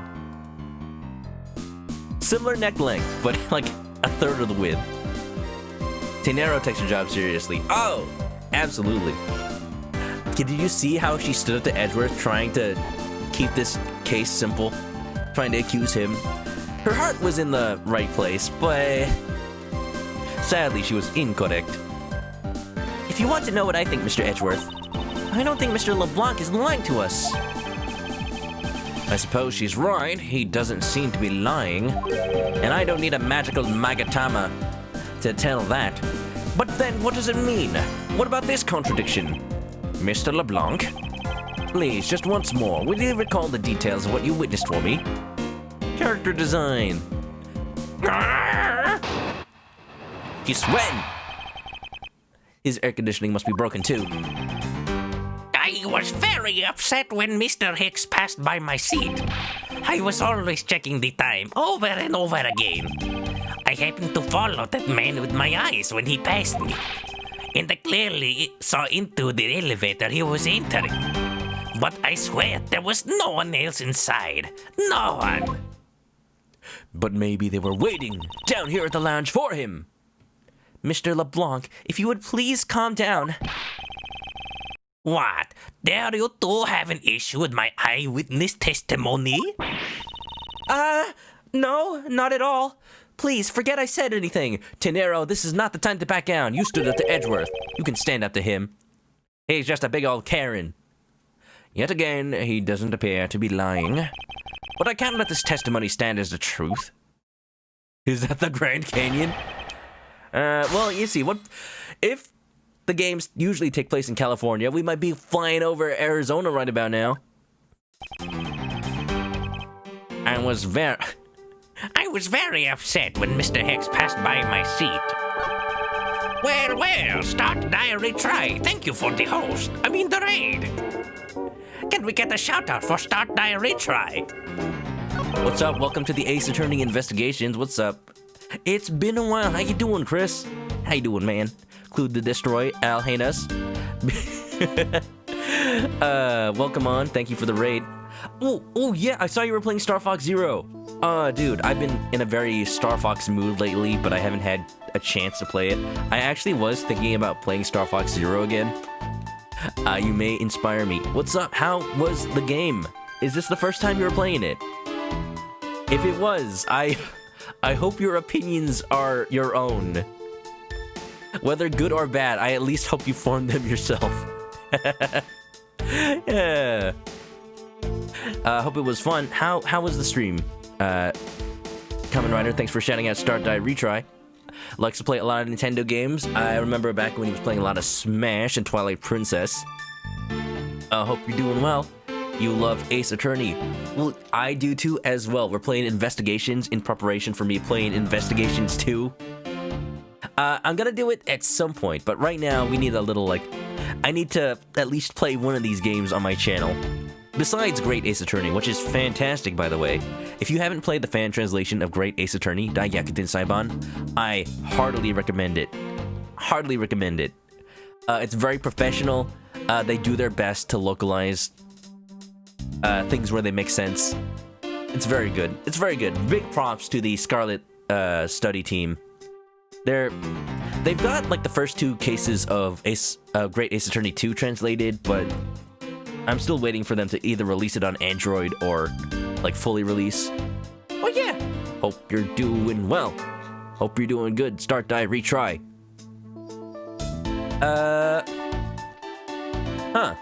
Well, that's fun. One of the worst aviation accidents was over the Grand Canyon. At the very least, people's safety is now being considered these days, hopefully. Anyway, testimony. If you don't know me, my name is also Chris, and I like to play RPGs and visual novels where I can voice act. So, without further ado, I was very upset when Mr. Hicks passed by my seat. I was always checking the time over and over again. I happened to follow that man with my eyes when he passed me, and I saw clearly into the elevator he was entering. But I swear there was no one else inside. No one! hold it. Why do you insist that you are absolutely not mistaken? Because when I say I am not wrong, I am not wrong. Mr. LeBlanc, if I may, I think beyond misconceptions and mistakes lies the truth. Funny, that suspiciously mirrors something I told her only a little while ago. Ooh, she's learning. She's learning. Mr. LeBlanc doesn't seem to be lying. I may need to draw more information out of him before I see anything inconsistent. The only thing consistent is that this plane doesn't have air conditioning, apparently. Hold it! Bum, bum, bum, bum, bum. Why were you so attentive to the time? Because something unforgivable was happening. The movie was late? Don't tell me. Come to think of it, you were all yelling about something unforgivable earlier. I was giving a complaint to the attendant about the movie starting time. Return back to me my time and money. You understand the point? Movie? Is he talking about the in-flight one that's mentioned in the magazine? Hey, wait a minute. When was that supposed to happen? He says it's late, but the movie starts at 6. So it wasn't late at the time that Mr. Hicks went into the elevator. Maybe his watch is wrong.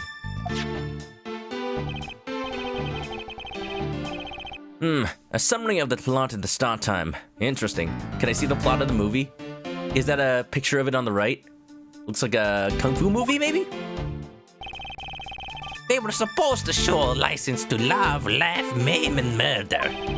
I cannot see that movie in my country. You can only see it on international flights. Is it bad? I look forward greatly to that movie. I checked my pocket watch whenever possible so I would not miss it. I even set my pocket watch to the destination time when I came aboard. Wait a minute, where is this time schedule itinerary based on? Where does it say? It's gotta say based on there. All times shown correspond to the departure time zone. Easy peasy. I even set my pocket watch to the destination time when I came on board. Oop. So my watch is not wrong. It matched the schedule. But the movie was still late. Very, very late. Hold it. The pocket watch. I'd like to ask you a little more about it if that's alright. Wait, for real? The movie? Apparently, something that little. Look, man, just pirate it. I'm sure that your country's internet doesn't hit you with DMCA claims. The movie I wanted to say would not start, so I checked my pocket watch so many times. Objection! Too bad it wasn't supposed to start yet. Well, I got the right idea. Just, I guess I need to draw a little more information out of him first. Oops. You thought I was joking. No. This game series is silly. When I'm right, when I'm not wrong, I'm not wrong. So, from now on, when we refer to a Karen, let's call him a LeBlanc. Frickin' LeBlanc wants to see your manager. When I'm wrong, I'm always wrong. Oh, here we go.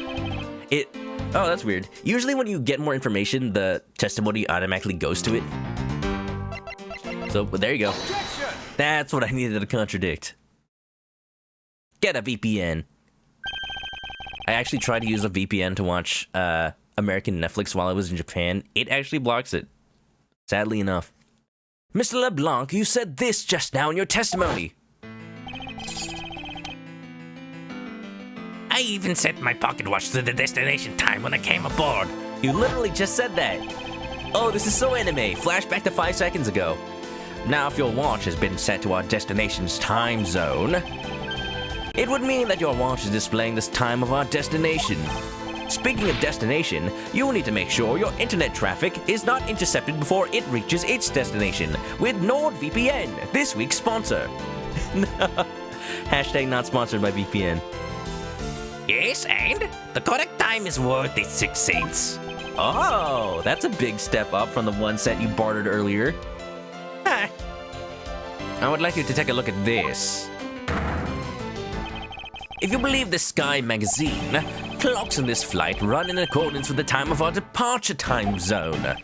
Of course, the movie schedule was also created with that in mind. Miss Tenero, for our confirmation's sake, which time zone is this flight aligned to right now? Well, we made a short stop at a transfer point. That's right. It was in that small Asian country, the Republic of Zhengfa. Zhengfa. Sounds a little Chinese. I remember now. Unfortunately, we didn't stop over in Akurain. But we didn't readjust our onboard clocks at the time. So right now, we are still running on Borginian time. Wait, did Edgeworth come from Borginia? On this flight? I guess that would make sense. I wonder what business he was on. What? The time difference between Borginia and our destination is 9 hours. Flashbacks to Ace Attorney 1. Time difference between Paris and the US, dude. In that case, it's only natural that your watch would be out of sync with the schedule. What? Friggin' jet turbines blowing in his face. I didn't know Edgeworth was so full of hot air. Further, with your analog watch set to our destination's time, it would appear to be running 3 hours fast with compared to the flight's onboard clocks. It also changes everything about your testimony. And you can bet 1 million cents on that. Was that $10,000? In light of this information, it means you saw Mr. Hicks 3 hours prior to 3 a.m.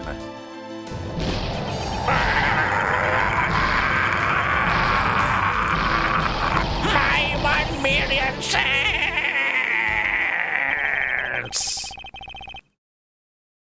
This should clear up all of the remaining accusations.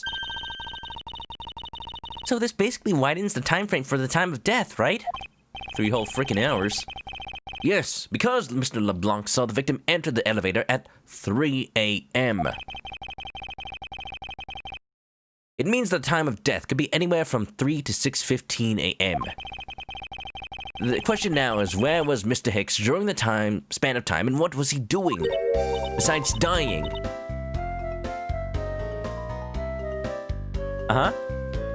Oh, this is the flight attendant. This is the ditzy flight attendant's theme apparently. Yeah. I've got something to say. And you are? Yeah, I'm Camille Mill. I'm a flight attendant. Yes, you are. Yes, you are. And what is it you wish to say? Well, I think your story is a little different from how I remember it. What do you mean, Cammy? I saw Mr. Hicks sitting in this seat at 5 a.m., you know. Oh, how could you be so sure of the time? Oh, that's right. He pushed his call button while we were parked at the transfer point. The stop we made for refueling and cargo transfer in Zhengfa, correct? Yes, it was from 4 to 5 a.m. according to our clocks. And during that time, did any of the passengers leave or did any new ones board this flight? No, not a single person got off or on in Zhengfa. What about the flight crew? The few who are handling the cargo transfer might have temporarily gotten on or off. I cannot take her seriously. With her freaking smile, she's got like one big tooth. And that's the only big thing she got. She got big hair. But eventually, everyone, including Cammy and myself, came back onto the plane. You just realized the pun on chamomile. Chamomile tea. Not sure why. Usually they're more on the nose than that. But for sure, for the most part, the characters in this case are way less obvious. You should have seen the villain from the last case, Mr. Jock Sportsman. He's a jock sportsman. He's a prosecutor that plays a lot of sports. So basically, I can assume that no one left or got on since our initial takeoff. Interesting. I should keep that in mind. Chamomile because chamomile tea makes you sleepy? I guess. If it was matcha tea, it had caffeine in it. Yeah, and I answered his call. I can tell you Mr. Ackby Hicks was there in his seat when we took off again at 5 a.m. Testimony? Alright, then that puts the time of murder between 5 and 6:15 a.m. Okay, so now what time did you come down to the lounge, Mr. Edgeworth? I remember coming down here almost as soon as we left the Republic of Zhengfa. Oh, bad timing. You were here the whole time from 5, yes? Then you are the only one who can beat the killer. Mr. Edgeworth, were you really there in this lounge the entire time from 5 a.m. onwards? Unfortunately, yes. But Then how do we explain the footprints? it's not that obvious. This man waited for Mr. Hicks here in the lounge, waited to kill him. And then he put the corpse into the elevator. That is when the turbulence happened. My eyewitness testimony may have been mistaken, but what time I saw Mr. Hicks enter the elevator on the second floor does not matter, because the entire incident concluded here in this lounge. Everything happened in this lounge? Is that what you really believe, Mr. LeBlanc? Oh, do you have another idea? I simply feel that there is something out of place in the scenario you presented. Sweet! Monkey is. Road to Tenero is supposed to be road to nowhere? Road to Tenero.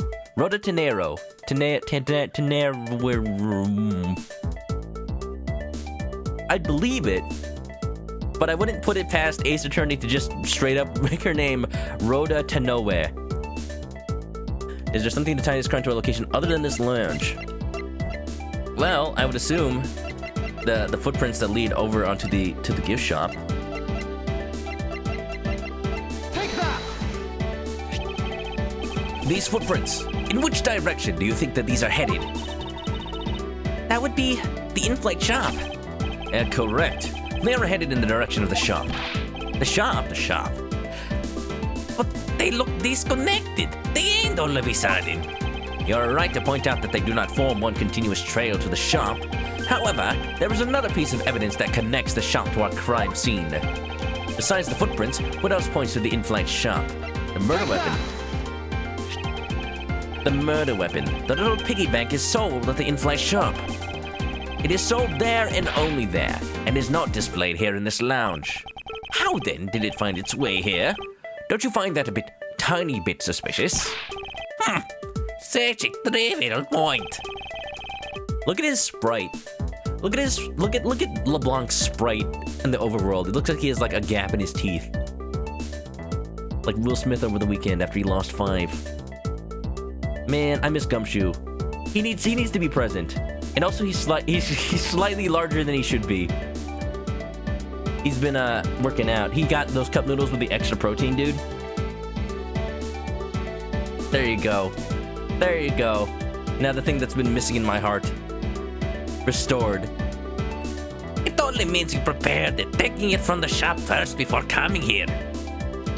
Large Gumshoe. Large. It doesn't prove you are innocent at all. Is there no way to win with this man? Hold it. What? Where? If I may. What? If you may what? If you may what? What is it? You see, well, it's just as Mr. Edgeworth says. Oh? And why do you know this so well? Well, it's just that the piggy bank was there in the shop. I saw it with my own eyes. And when was this? It was maybe around 5:40 a.m.? Isn't that just before we hit that patch of turbulence? That's right. You were in the shop just before the turbulence? De Niro, don't say it ain't so. Yes, I was. Is Gumshoe a descendant of Hagrid? On his mom's side, he's the giant. You're convicted of murder, Harry. Come to think of it, Mr. Nero, when I found the body, I believe you came out of that door. Yes, I did. And what is beyond that door? That's the flight attendant's room. Then, you were on the first floor? Yes. I had to do something at the shop and then the in-flight attendant's room. So I went to the shop first, and then to the flight attendant's room. Are you saying you passed by me at some point? Yes. You seemed really into the issue of Sky magazine you were reading at the time. I don't suppose you noticed me walking by. That seems something very important to have noted. No, I don't believe it. She's innocent, dude.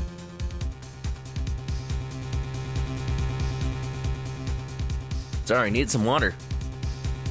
I barely recall someone walking by, but I didn't take notice of who it was. Anyway, the piggy bank was definitely there at the shop when I went there.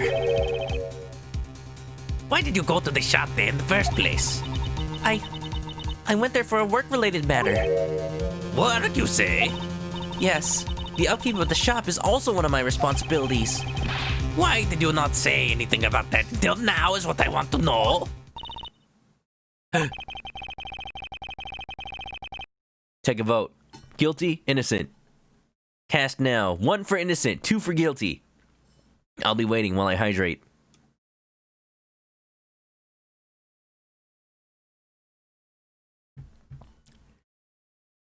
Scribbles asked, was it just 5 people on this flight?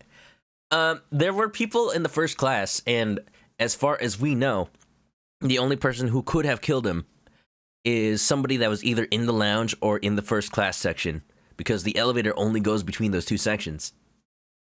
1, 2, we're at a stalemate. We got a hung jury. No!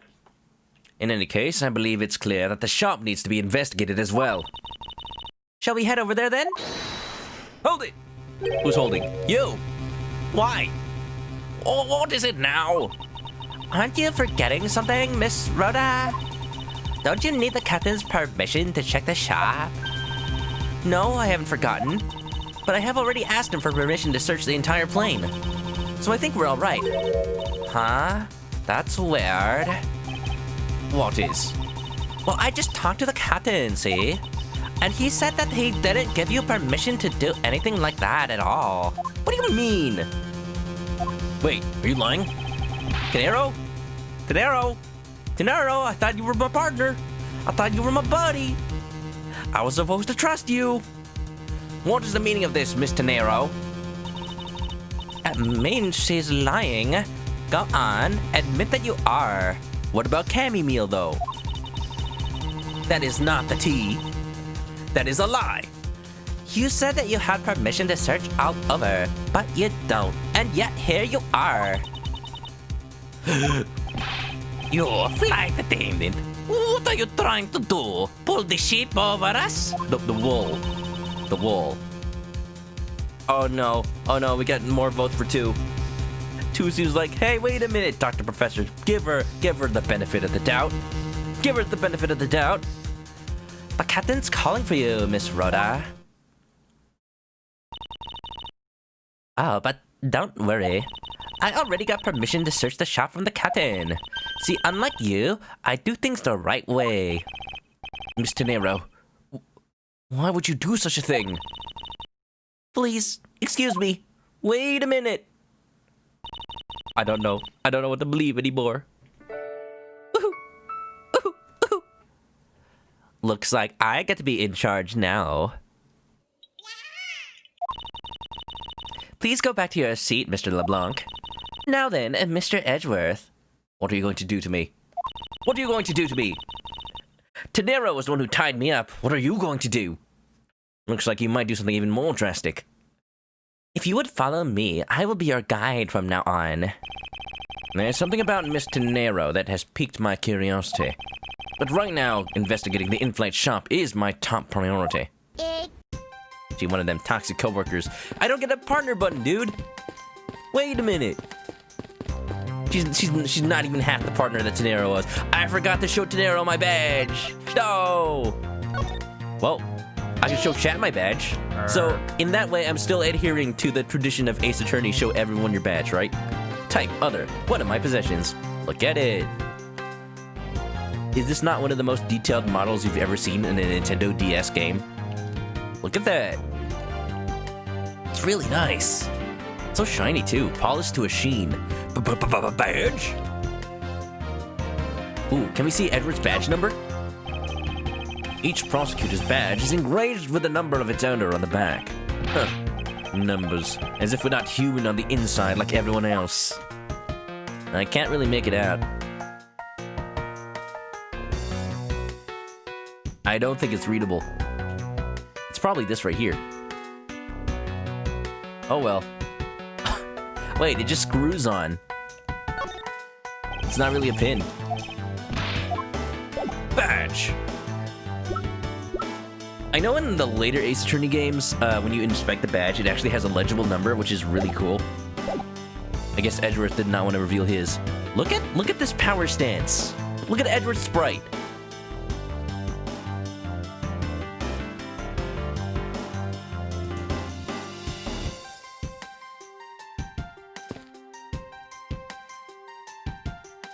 It's the dance of prosecutor power.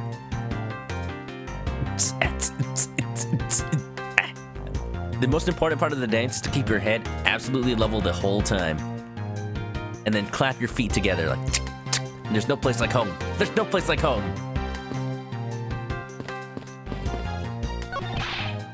Miss Meal, about investigating the in-flight shop. And she's gone. You're of no use to me asleep. Wake up! Huh? What's up? I need you to come with me so I can search the shop. Go on ahead without me. I'll catch up with you later. How has this woman not been fired yet? Apparently, she'll berate her partner for not following the rules, but also let one of the suspects roam across the crime scene. Ooh, I am really mad. You had better hurry and bring to me some evidence. If you could wait just a little longer while we look into the shop. Don't number the birds before they are born. Egg, chicken. Don't number the... What? I have no idea what he's trying to say. Don't count your chickens before they hatch, perhaps? Don't worry, Edgeworth. I'm more bird-focused than you are. All I ask of you is your patience and cooperation. And your silence. Please that. Show the badge. I would if I could. I would if I could. 8:32 a.m. We've been awake for like 6 hours, dude. Flight 9390, first floor, in-flight shop. Okay, more like 3 hours. So this is the in-flight shop. There's like whole-ass furniture in here. Those would be heavy. They'd add way too much weight. So this is the in-flight shop. It's quite a mess in here. You think? Guess I'll have to clean things up then. Tee-hee. Oh, that wasn't sarcastic. Hold on, you can't clean up a potential crime scene. Oh, thank goodness. I hate cleaning so much. I mustn't rush things here. I must remain cool, calm, and collected. Because this piggy bank was left at the crime scene. Shop's been ransacked. Looted, dude. There's a very good chance that the killer had paid this place a visit.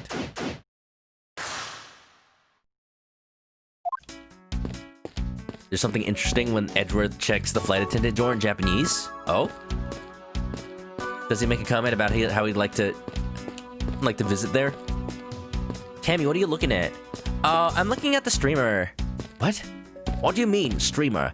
The guy over there, playing the video game. What do you mean, video game? I think she's lost it. You know, maybe I should give her a different voice.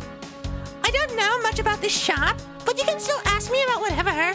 Oh yeah, that's way better. Oh yeah? Well, how about this? How about a present? Ooh, I'd love to have this piece of jewelry. Can I have it?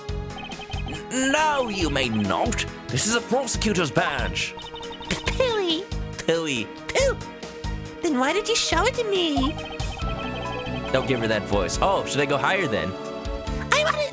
I wanted to prove to you that I really am a prosecutor, and that it's not possible for a prosecutor like me to commit such a crime as... Oh.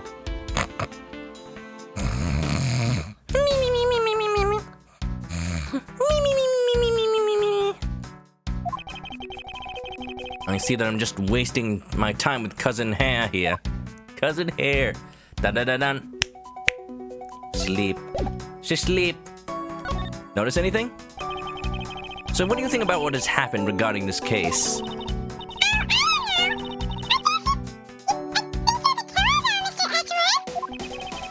Oh my gosh. I can assure you that I'm here in this shop to prove just the opposite. Yeah, but it was me that got you the permission to look around. You know? So don't forget that, okay? How am I supposed to thank you properly if you insist on falling asleep? Well, you know what it really should show you thanks? You see that item for sale over there? She's starting to turn into Harley Quinn. Sorry, but you're going to have to make do with my words of appreciation. I think Harley Quinn actually might fit a little bit more. I tell you, man, my voices evolve over time as my throat takes damage itself. Oh, I see. So the comment when Edgeworth goes to the flight attendant door in English is he doesn't like the scent of perfume. It just stinks to him. But specifically in Japanese, he says he doesn't like the scent of women's perfume? Well, people can interpret it any way they want, but for the most part, Edgeworth is pretty much... Yeah, you know, he's not an ace attorney for no reason. Get it? Get it? No? What are these? You never seen a suitcase before, Edgeworth? Oh, those are our company's completely original line of suitcases. They're practically flying out the door. That's how popular they are. You should buy one and see how you like it. You won't regret it. Perhaps that's how things work on this flight, but in the real world, you try, then buy. No way! But either way, it doesn't really matter. True. Either way, why would anyone buy a suitcase after they boarded the plane? In case they buy like a million things in the Sky Mall, probably. Anyway, see that? Just look at all the Mr. I Fly heads painted on there. Cute company mascot, isn't he? They painted on with a lot of care. Doesn't he look like he's about to jump out at you? It is certainly making something jump inside my stomach. Gross. Huh? Oh, I guess there's no fooling your refined taste. Huh? You look like you really wanted to get one. And I thought I was gonna finally make my first sale, but you saw right through it. Glad that's done though. Never make me try to give you a sales pitch ever again, okay? But I never showed any interest in it to begin with. Oh no, wait. It really is horrible, isn't it? You wanna know something? The suitcase was designed by Miss Rhoda. They had the flight attendants designing the merch. They're really cheaping out. Mr. Nero designed this. Yeah, it was a company-wide contest. Well, it does have a very sharp design sense. Oh, what, complimenting it now that he knows who made it? Sharp? Like stinky sharp cheddar, maybe. Stinky cheese. I really have no idea why the bigwigs decided to go with it. It's so blah. Oh, and what did you design? Oh, it looks like a giant bust of me. Well, giant bust or not, I think that design is particularly garish. Mr. Nero designed this, did she? It's definitely not what I would have expected. Oh, wait a minute. Earthquake! Hot! You okay? He only has room in his heart for Phoenix. Now that's the truth. Because Edward's heart is just that tiny. Wait a minute. Not after the first game. I'm fine. Please watch yourself, Miss Meal. Letting a suitcase freely roll around has got to be a safety violation. Huh. So how come they were perfectly arranged in place if there was turbulence? Here, I'll put it back.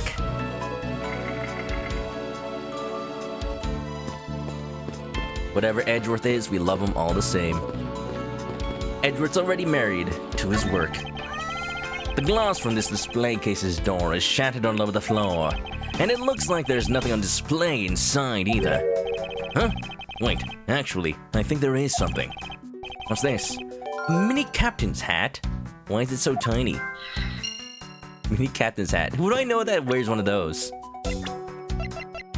Like one of the flight attendants? That's not really a captain's hat. Maybe... Excuse me. Maybe... Was Mr. Hicks wearing one? No? I would have remembered a tiny hat. We'll see. What else is in here? Goku's tempted to get McDonald's. I mean, you do you. But if you do, please get some nuggets. Absolutely. Guys, what is your favorite sauce to dip chicken nuggets in? I'm waiting. There's a certain barbecue sauce that's only available at a burger place nearby. And I liked it so much, I found out they were selling it by the bagful. Like the actual bags that they get it from like their manufacturer or whatever. So I bought an entire gallon bag of the sauce, and now I just have it for dipping like chicken nuggets or anything. I actually got some frozen chicken nuggets in the freezer right now. And I could just have it with the barbecue sauce. Mmm, delicious. It almost kind of tastes like salsa, if that makes sense. But with a tang to it, you know? Barbecue sauce. Bust. Wait a minute. Honey mustard. In the absence of that specific barbecue sauce, absolutely, honey mustard.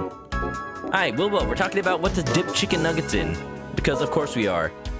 Speaking of chicken, the chicken and the egg splatfest is going on right now. If you guys are playing Splatoon, hope you're enjoying that.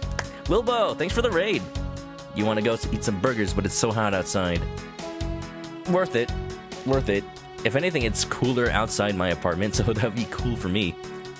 Yeah, what's up, Wilbo? Can we get a shout out from Wilbo64? Lucentai, what's up, dude? Wilbo, Lord Examon, what's up, what's up? Yeah, on this stream, you guys will be very hungry. Guaranteed. Guaranteed or your money back. Not the subs, but like the money you pay to watch the stream. You guys are paying that, right? Right? Oh, you know what? You guys reminded me. A certain fast food company who I will not name because that will just give them the advertisement they want. Recently, they started going around donating money to Twitch streamers with like subs and stuff, and abusing the text-to-speech to like advertise. They would like make a sub and then be like, "Wow, for only $5, you can enjoy our new cheeseburger at blah blah blah." And they got him into so much trouble because, it's like got into so much trouble with like advertising laws trying to circumvent how much money they're supposed to pay for advertisement. Oh, that's so scummy. I'll tell you what, I am probably not gonna eat at one of those locations anytime soon.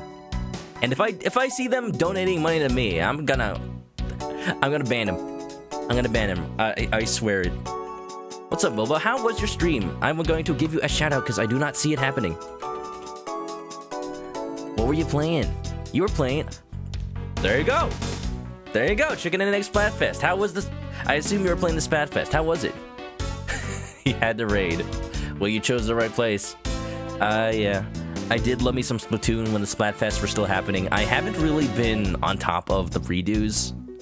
Because I'm like, I played the first ones. But Wilbo, tell me, what team are you on?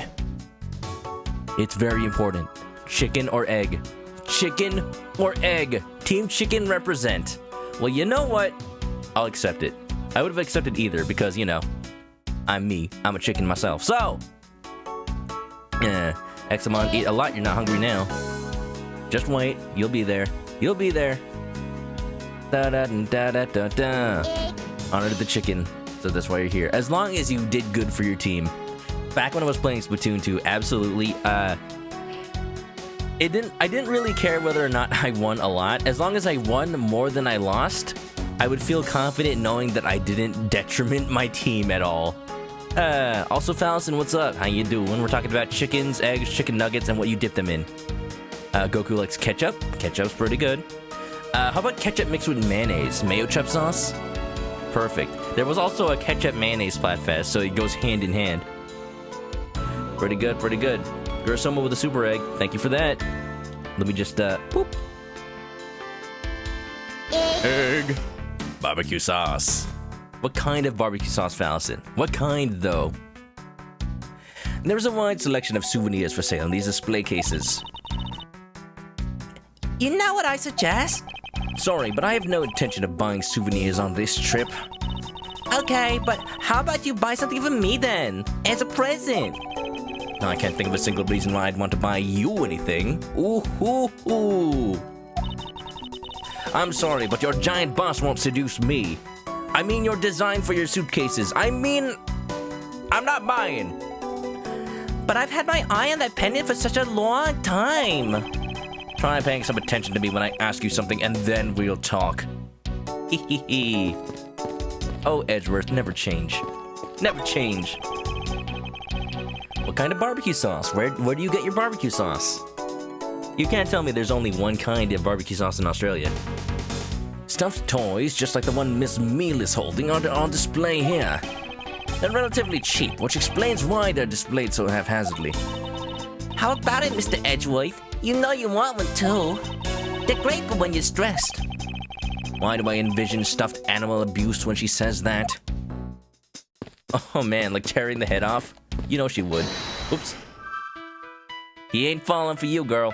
So stop trying. Suitcase, murder weapon, broken glasses, tiny captain's hat. Does that? Let me take another look at the suitcase. Does it have like tiny captain's hats on it? I wouldn't know why those would like connect in the logic, but maybe. Suitcase is designed by Miss Tenero. That's one sharp design. Let's look at the souvenirs. Hope you're doing well, Gurasoma. Savage! Smoky barbecue sauce then. Woo! Absolutely. My favorite barbecue sauce that is not specifically from a restaurant is this brand. I forget the exact name. Let me double check. I don't want to get it wrong. Do do do do do do do do do do do do do. I can't remember. But yeah, but it's got that smoky flavor, that little ash. Oof. Nice. There are all kinds of luxury name brand merchandise for sale in this display case. And they're lined up in just such a manner as to scream, "Buy me," to any passers-by. Edgeworth knows how to manipulate. That's what he's good at. Isn't this cannibalism? I am what I eat, dude. I don't know what else to tell you. I can't help being delicious. Stuffed toys, just, Get away from me. Don't come any closer. I have a cravat and I'm not afraid to use it. Hey, examine the glass on the floor. Wait a minute, what's going on? Nice gift sub. Allison, thanks for gifting us the Weenie. Welcome to the chicken coop. Grab a nest, get comfy, and enjoy the emotes. Now you can hoy with the best of them. Inside of that, Oh, wait. Inside this glass case, we sell a lot of those when there's some kind of accident or something. But some people buy them even when nothing's going on. How about it, Mr. Edgeworth? Care to buy one? I sense that the shop is one shopper away from being sued. And it's me. I'll glad. Do you think Edgeworth takes civil cases? Will prosecutors do that? Civil cases in an Ace Attorney game, imagine. Although, believe it or not, at least in the Ace Attorney games I've played, there is one civil case.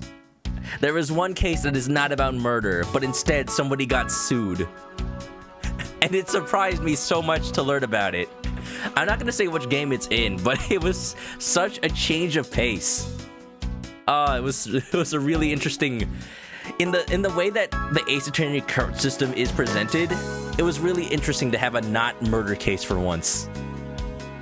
I don't know much about this shop, but you can still ask me about whatever. Can I present you this tiny hat? Oh wait, I don't have the tiny hat.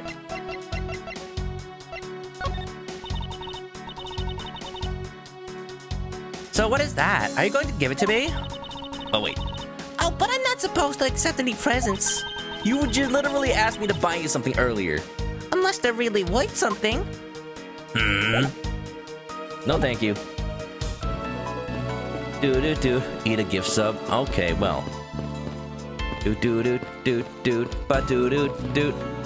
What's going on? I said cravat. Let's look at this plant. Beautiful flowers and a beautiful arrangement.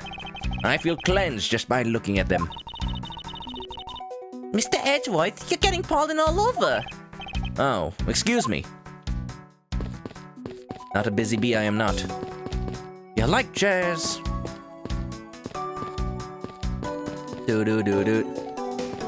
Wow, all the cases are murdered. Dr. Professor, I have played all the games. There is one case that's not murder. Like, are you really arguing with me this right now? Suitcase is designed by Mr. Nero, blah, blah, blah. Blah, blah, blah, blah, blah, blah, blah. What have I not looked at? It's probably another logic thing. Ba-da-doo, ba-da-doo. So maybe let's try the tiny hat and the suitcase. Is that what the ribbon design is? Is that little tiny hat as the bow? I can't really see from here. Nope, not it. Not exactly a shining example of the perfect line of logic. Who is penalizing you, Edgeworth? This is happening in your mind. I'll tell you what happens if you get it wrong. Like if you lose all your health, Edgeworth just says, "Oh, wait, let me take a step back and think about this again," and then you can just try again. Anyway. Ba-da-doo, ba-da-doo. Oh, maybe the tiny hat goes on the murder weapon? Because it's a statue of the mascot, right? Yeah, that's it. So it points to the idea that the weapon came from that display case. The hat probably used to be on the piggy bank's head. Let's give it a go and see. Oh, it's adorable! I want it. Can I have it? I believe this piggy bank was forcibly removed from this display case. Does this mean that the killer broke the glass to get at it? Maybe. Sleepy, thanks for the hydrate. I do really need it right about now. Eh? Really? Don't tell me you don't know what things go where in this shop. Well, I don't. Miss Rhoda's in charge of this place. So come on, how should I know anything? I sense that further inspection of this display case is needed. Inspection of what now? Any more busts in here? They got nice necklace busts, so I guess. I won't rest until I've inspected every suspicious-looking nook and cranny. Ooh, excuse me? They got Matryoshka nesting dolls of the founder. He looked like a big old egg. Is this the same man as the one portrayed by the statues around the elevator? Yeah. Yeah, that's a paperweight of the founder of iFly Airlines, Mr. Hugo iFly. How many times are they gonna say the founder of iFly Airlines, Hugo Airfly? On the bottom shelf, we have the cute one. The middle shelf is the realistic one. And on the top shelf, Wait, that's also supposed to be a statue? that's the floral version.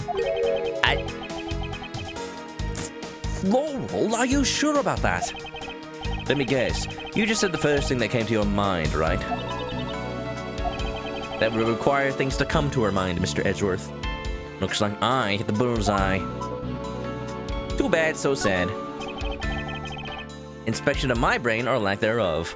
There's just empty space in there, causing me to think off-kilter things about my logic. The glass on this door is broken. Perhaps it was the killer who broke it in order to take the piggy bank. But it's a bit odd that the inside of the case is so devoid of glass shards. So maybe it broke from the inside during the turbulence. Wait a minute. Plus the glass broke rather than... Ah! What is it? I touched the glass and it cut my finger. No. No, Howard, you are not this dumb. Girl, get a hold of yourself. It hurts, Mr. Edgeworth. It hurts. Please tell me that you can deal with such a minor cut on your own. Go into the flight attendant room. There's probably a first aid kit in there or something. Glass is broken. So I can deduce now. So let's see if any of my logic points have anything to do with the murder weapon. Broken glass, suitcase. Well, let's see. Deduce! Deduce me! Doot. Someone take care of this lady. Can someone get her off the plane? Preferably without a parachute. Like, she's got airbags. She'll survive. What am I doing? Pieces of evidence. I play piggy bank. Well, let's see. Eureka! It worked! There is definitely something very unusual about this. About what? If the killer had broken the glass to get at the iFly bank, there should be some shards of glass inside the case itself.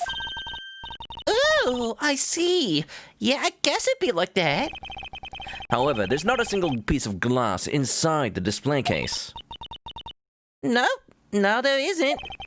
Which means that the glass was broken from the inside out. Ergo, the killer is a very tiny person who masqueraded as the piggy bank, then broke out from the inside. This piggy bank must have fallen over from the turbulence and right through the glass. Yeah, that's for sure. There's so much glass all over the floor.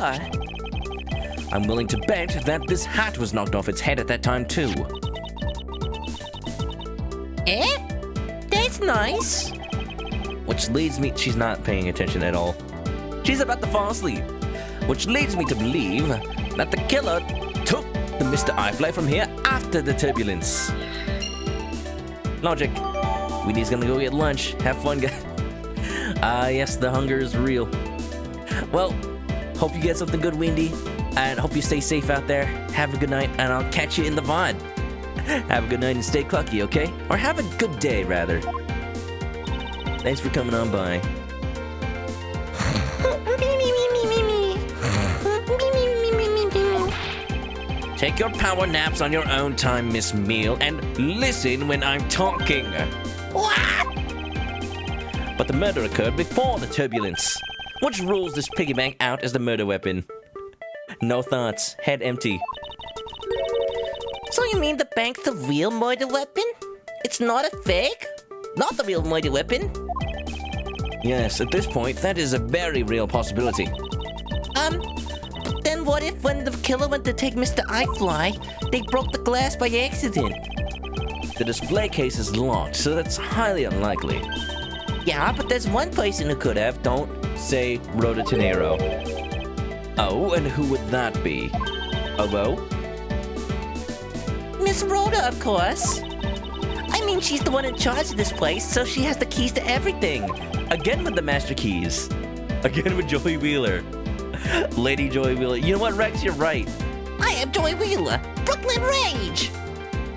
Borginia Rage. Miss Rhoda Tenero, huh? It all comes back to her. Always, every time. Do do do do do do do do. Bada boop, bada boop. Maybe that's interest. Maybe that's important. Maybe it's not. For security, there's a lock on this display case. Miss Meal, if I might ask you about this lock. The one who's in charge of the shop is Miss Rhoda, so she's got the keys to all the display cases. I see. I see. I see. I see. I see. I see. I see. I see. I see. I see. I see. I see. Oh, I bet you want to buy something. Do you want me to go get the key from her? No, that's alright. Also, there's a big hole in it. If I wanted, I could just grab it. Double check, just in case. We good. She's Lady Joey Wheeler. She's Joanna Wheelette. Don't ask why the last name is also feminized. I don't know much about the shop.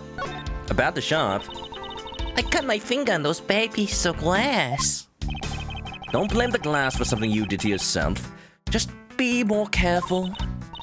Same to you. You're the one walking all over the broken glass. I've got shoes. You sure you're okay? I'm fine. Any glass I walk on, I crush. Like this. Oh, that's kind of hot. That's nice. Please be careful around the display case, okay? Wouldn't want you to get hurt. Compared to the glass around my feet, the inside of the case is nothing to be afraid of. Edgeworth, why are you like purposefully crushing the glass? Living up to your edgy boy name. After all, no glass fragments appear to have ended up inside. Then I guess even you can tidy up the case, right? Perish the thought. I don't work here. Do you see this badge? No, she'll just take it, dude. Werewolf, no arresting people. That badge has no power here. We're in like restricted airspace. We don't even know what country we're over right now. I was told we're on the route to California, but I don't know what to believe. Dude. Oh, we can read this. A message from Mr. iFly. The flight will be making a brief stop to refuel transfer cargo. 4 and 5 a.m. All of us will remain on board. Present for our readers. Everybody gets grape juice, apparently.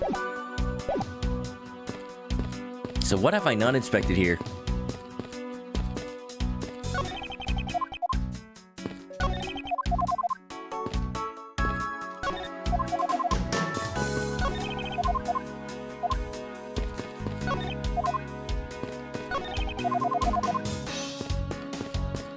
It's gotta be logic then.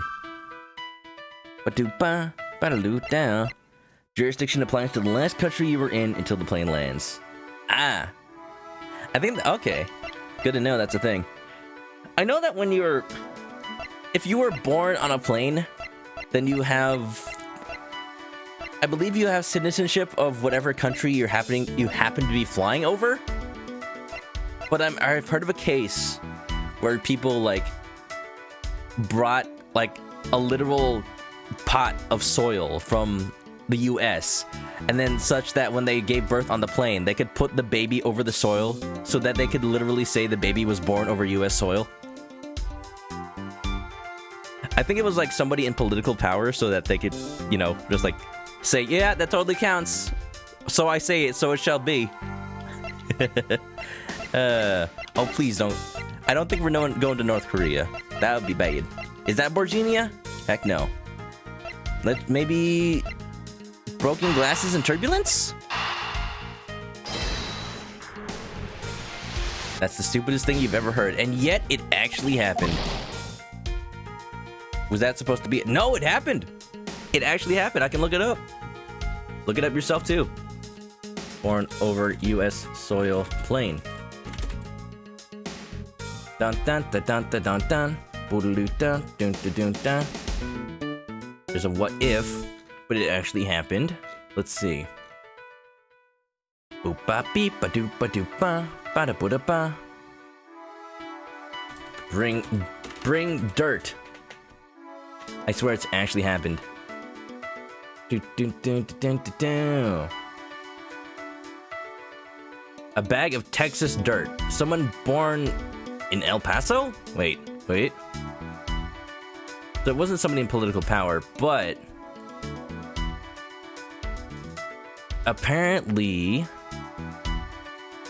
no. Oh, it wasn't a plane. It was somebody born in New York, but wanted to be born on Texas soil. Maybe I'm conflating two stories, but somebody did like legitimately bring dirt somewhere so that they were born on that soil. Who knows if it counts for legal purposes then? So let me see. So it's not the broken glasses and the turbulence.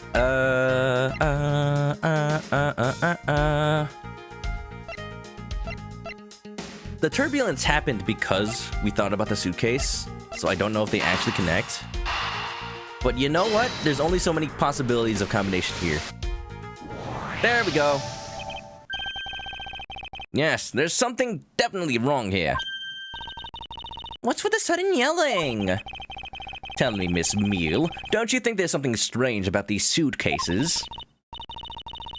Oh, well, sure. They totally ooze strange, like the color and such. That's not what I'm talking about. Now pay attention! Asking her to pay attention is like telling a rock to win a race. It's okay, Rocky. Take your time. Oh, you're scaring me, Mr. Edgeworth. Sorry, don't apologize to her. Doesn't deserve it. Ahem, these suitcases are all lined up a bit too prim and proper. Yeah, I did mention, like, why are they all, like, in place when there's been ransacking in the shop? Yeah, they all look a bit uptight, don't they? But I guess they take after the creator. Again, that's not what I meant, Miss Meal. Don't you find it unusual that these cases are the only things undisturbed by the turbulence? Never mind, I'd sooner find an answer by inspecting these suitcases myself. Upon closer inspection, they really are quite hideous. Why do you think we didn't? They look like packaging from no-name electronics brands. Look at that big old iFly. Yeah, like you buy something shady off of eBay, it's shipping from Hong Kong, it's like the only quote-unquote brand name is like I something, like I heart, I fly, I life, I good luck.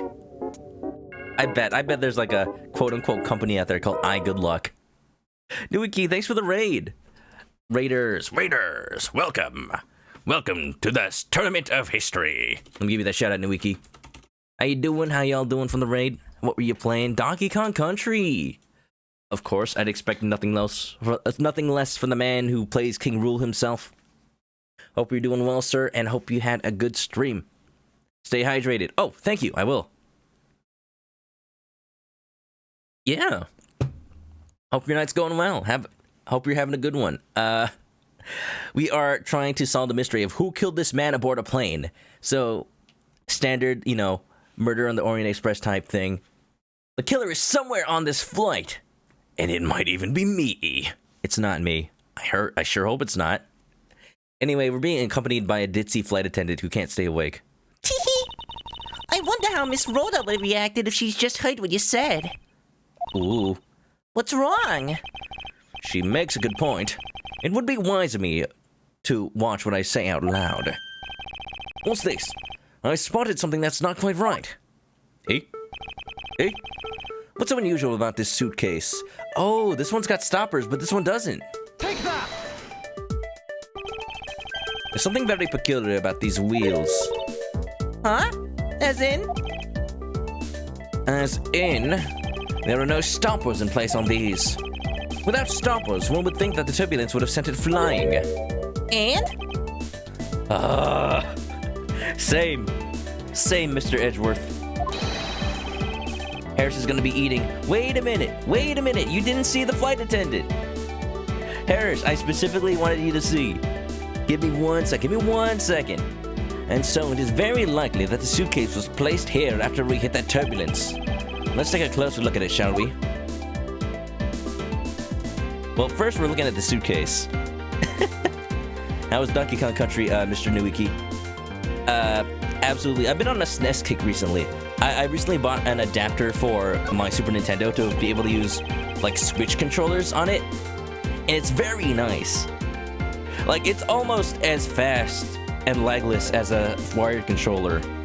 Like, it's not. There is a little bit of delay that I can feel, but not like... You'd only know if you're like me and you buy expensive equipment that processes retro consoles within 1 frame. Like, it is literally less than a frame of delay. This is apparently designed by Miss Tenero herself. The design has a certain je ne sais quoi about it. Edgeworth, you're not French. Yes, perhaps that is the best way to put it. Very, nondescript. A clown case, dude.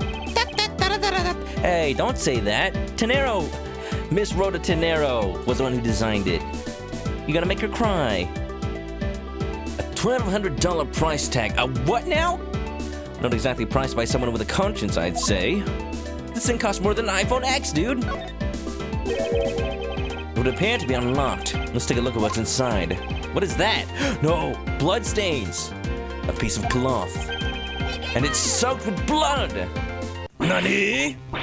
Ah! It's blood! It appears that this suitcase is very strongly tied to a murder after all. Investigation complete. Yay! There she is. Harris, what do you think? What do you think? Do you trust that amount of... that amount of neck? That amount of... That's not even a V-neck. That's like a capital U neck. Too much, man. Look, man, all I'm saying is this is not appropriate work attire in a place where there's a lot of turbulence. Oh boy. Newiki streaming all right? You're hoping they put Donkey Kong Country 2 and 3 on the Switch? Well, they put 1 on there. I don't doubt that if they got 1, then they're gonna get 2 and 3 eventually. I still have my copies of 2 and 3, thankfully. So, if I ever do stream, it'll be my actual copies I had as a kid, and it's gonna be great. I wish sound was working right. That's a thing. Starting out streaming, sound. Nobody, here's the tip. Nobody will tell you when your sound is going wrong unless it's going really wrong. So all you can really do is monitor the sound yourself. That's all you can really do. Like, even if you got regular viewers who enjoy your content quite well, they will just assume that you like it that way and not that, like, oh, the voices are glitching every now and then. Maybe that's intentional. Like, no. Okay, Harris, calm down. Calm down. It's appropriate for you. Well, tell you what, Harris, you can hire her as your personal flight attendant because you going mile high at this rate. You know, anime nosebleed just propel you into the sky. So, explain this to me. What does this suitcase have to do with the murder? There's a bloody cloth inside. Yeah, there's a cloth inside. What about it? No, there's a bloody cloth. Yeah, cloth. A bloody cloth. Oh! I believe it's pretty safe to say that the killer used this suitcase in some manner. Such as to move something, perhaps. But Weren't you just talking about the cloth then? That alone is too small. A larger item would be needed to move what I'm thinking of. The body? The body? No, no. It is a really big suitcase. Take that! Something that would fit inside a suitcase that is also covered in blood. Sounds like a dead body, doesn't it? Uh-oh. Uh-oh. What? In light of this, I'd say that Mr. Hicks was moved into the elevator from somewhere else.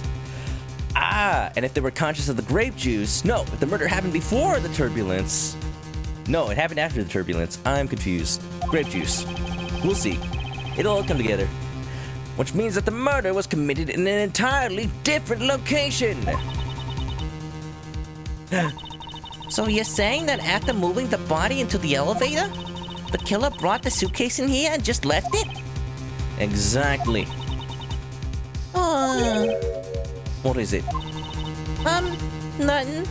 Just that I was thinking about what Miss Rhoda said about coming here for something. Oh? Excuse me, Mr. Edgeworth? Who, when, where, what? Rhoda? I wanted to give you a bit more time, but I'm afraid I wasn't able to convince the captain. You lied about last time you talked to the captain. How can I trust you now? Oh. Harris, have a good dinner. Sorry to keep you. Now you can decide. Tenero or Cammy Meal. Yes, her name is Cammy Meal, as in the tea. I'll leave it up to you. I'm very sorry, Mr. Edgeworth, but the captain feels that he has allowed you ample time. Certainly not ample enough. Not even as ample as Miss Cammy Meal's. He said that he'd appreciate it if you could wrap it up here and return to your seat. I understand his sentiments. However, if I'm not allowed to complete my investigation, the crime scene may become contaminated by the time we land. If I must stop, then I insist I be allowed to oversee the preservation of the two sites. Cammy Meal, age 24. Oh, they do have ages in this one. An I-Flight airline, a flight attendant charged with taking care of first class. Zinc LeBlanc. He looked like he'd be sucking on a lemon, though. From North European, age 62. Rhoda Tenero, age 24. Flight attendant charged with taking care of first class. Acme Hicks, 28, male. The victim was seated in first class. I wish my own profile was in here. In some games it is, and some it's not.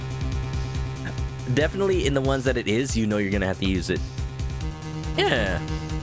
If I must stop, then I insist I be allowed to oversee preservation of the two sites. Under your supervision, of course. If that's your only condition, then I believe we can accommodate your wishes. I'm here to assist you in any way that I can, Mr. Edgeworth. Oh, Rhoda! I like Rhoda. She's so good at her job. So diligent. So determined. Sounds like fun! We can camp out and watch over everything together! Not you. Not you. You'll just sleep. I found proof that the real crime scene was not in the lounge. And I have enough evidence to prove myself to be innocent of any wrongdoing. And yet, regarding what Miss Meal reminded me about Miss Tenero, I can't allow my investigation to end here. The truth must come to light! To be continued. Ooh, ooh, ooh, perfect place to end it. We're saving it up, baby. Nice little break. That's the thing I love the most about streaming Ace Attorney games. They somehow place their breaks perfectly at, like, intervals that a stream that makes sense at. The streams make sense to end at. Oh, apparently we're off the plane. Spoilers! We're saving it for next time. We're saving it for next time. Guys, thank you for hanging out. Boom, bam.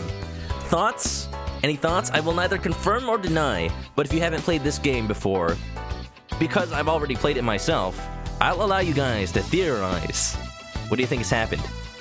Where was the victim killed? Who did it? And when?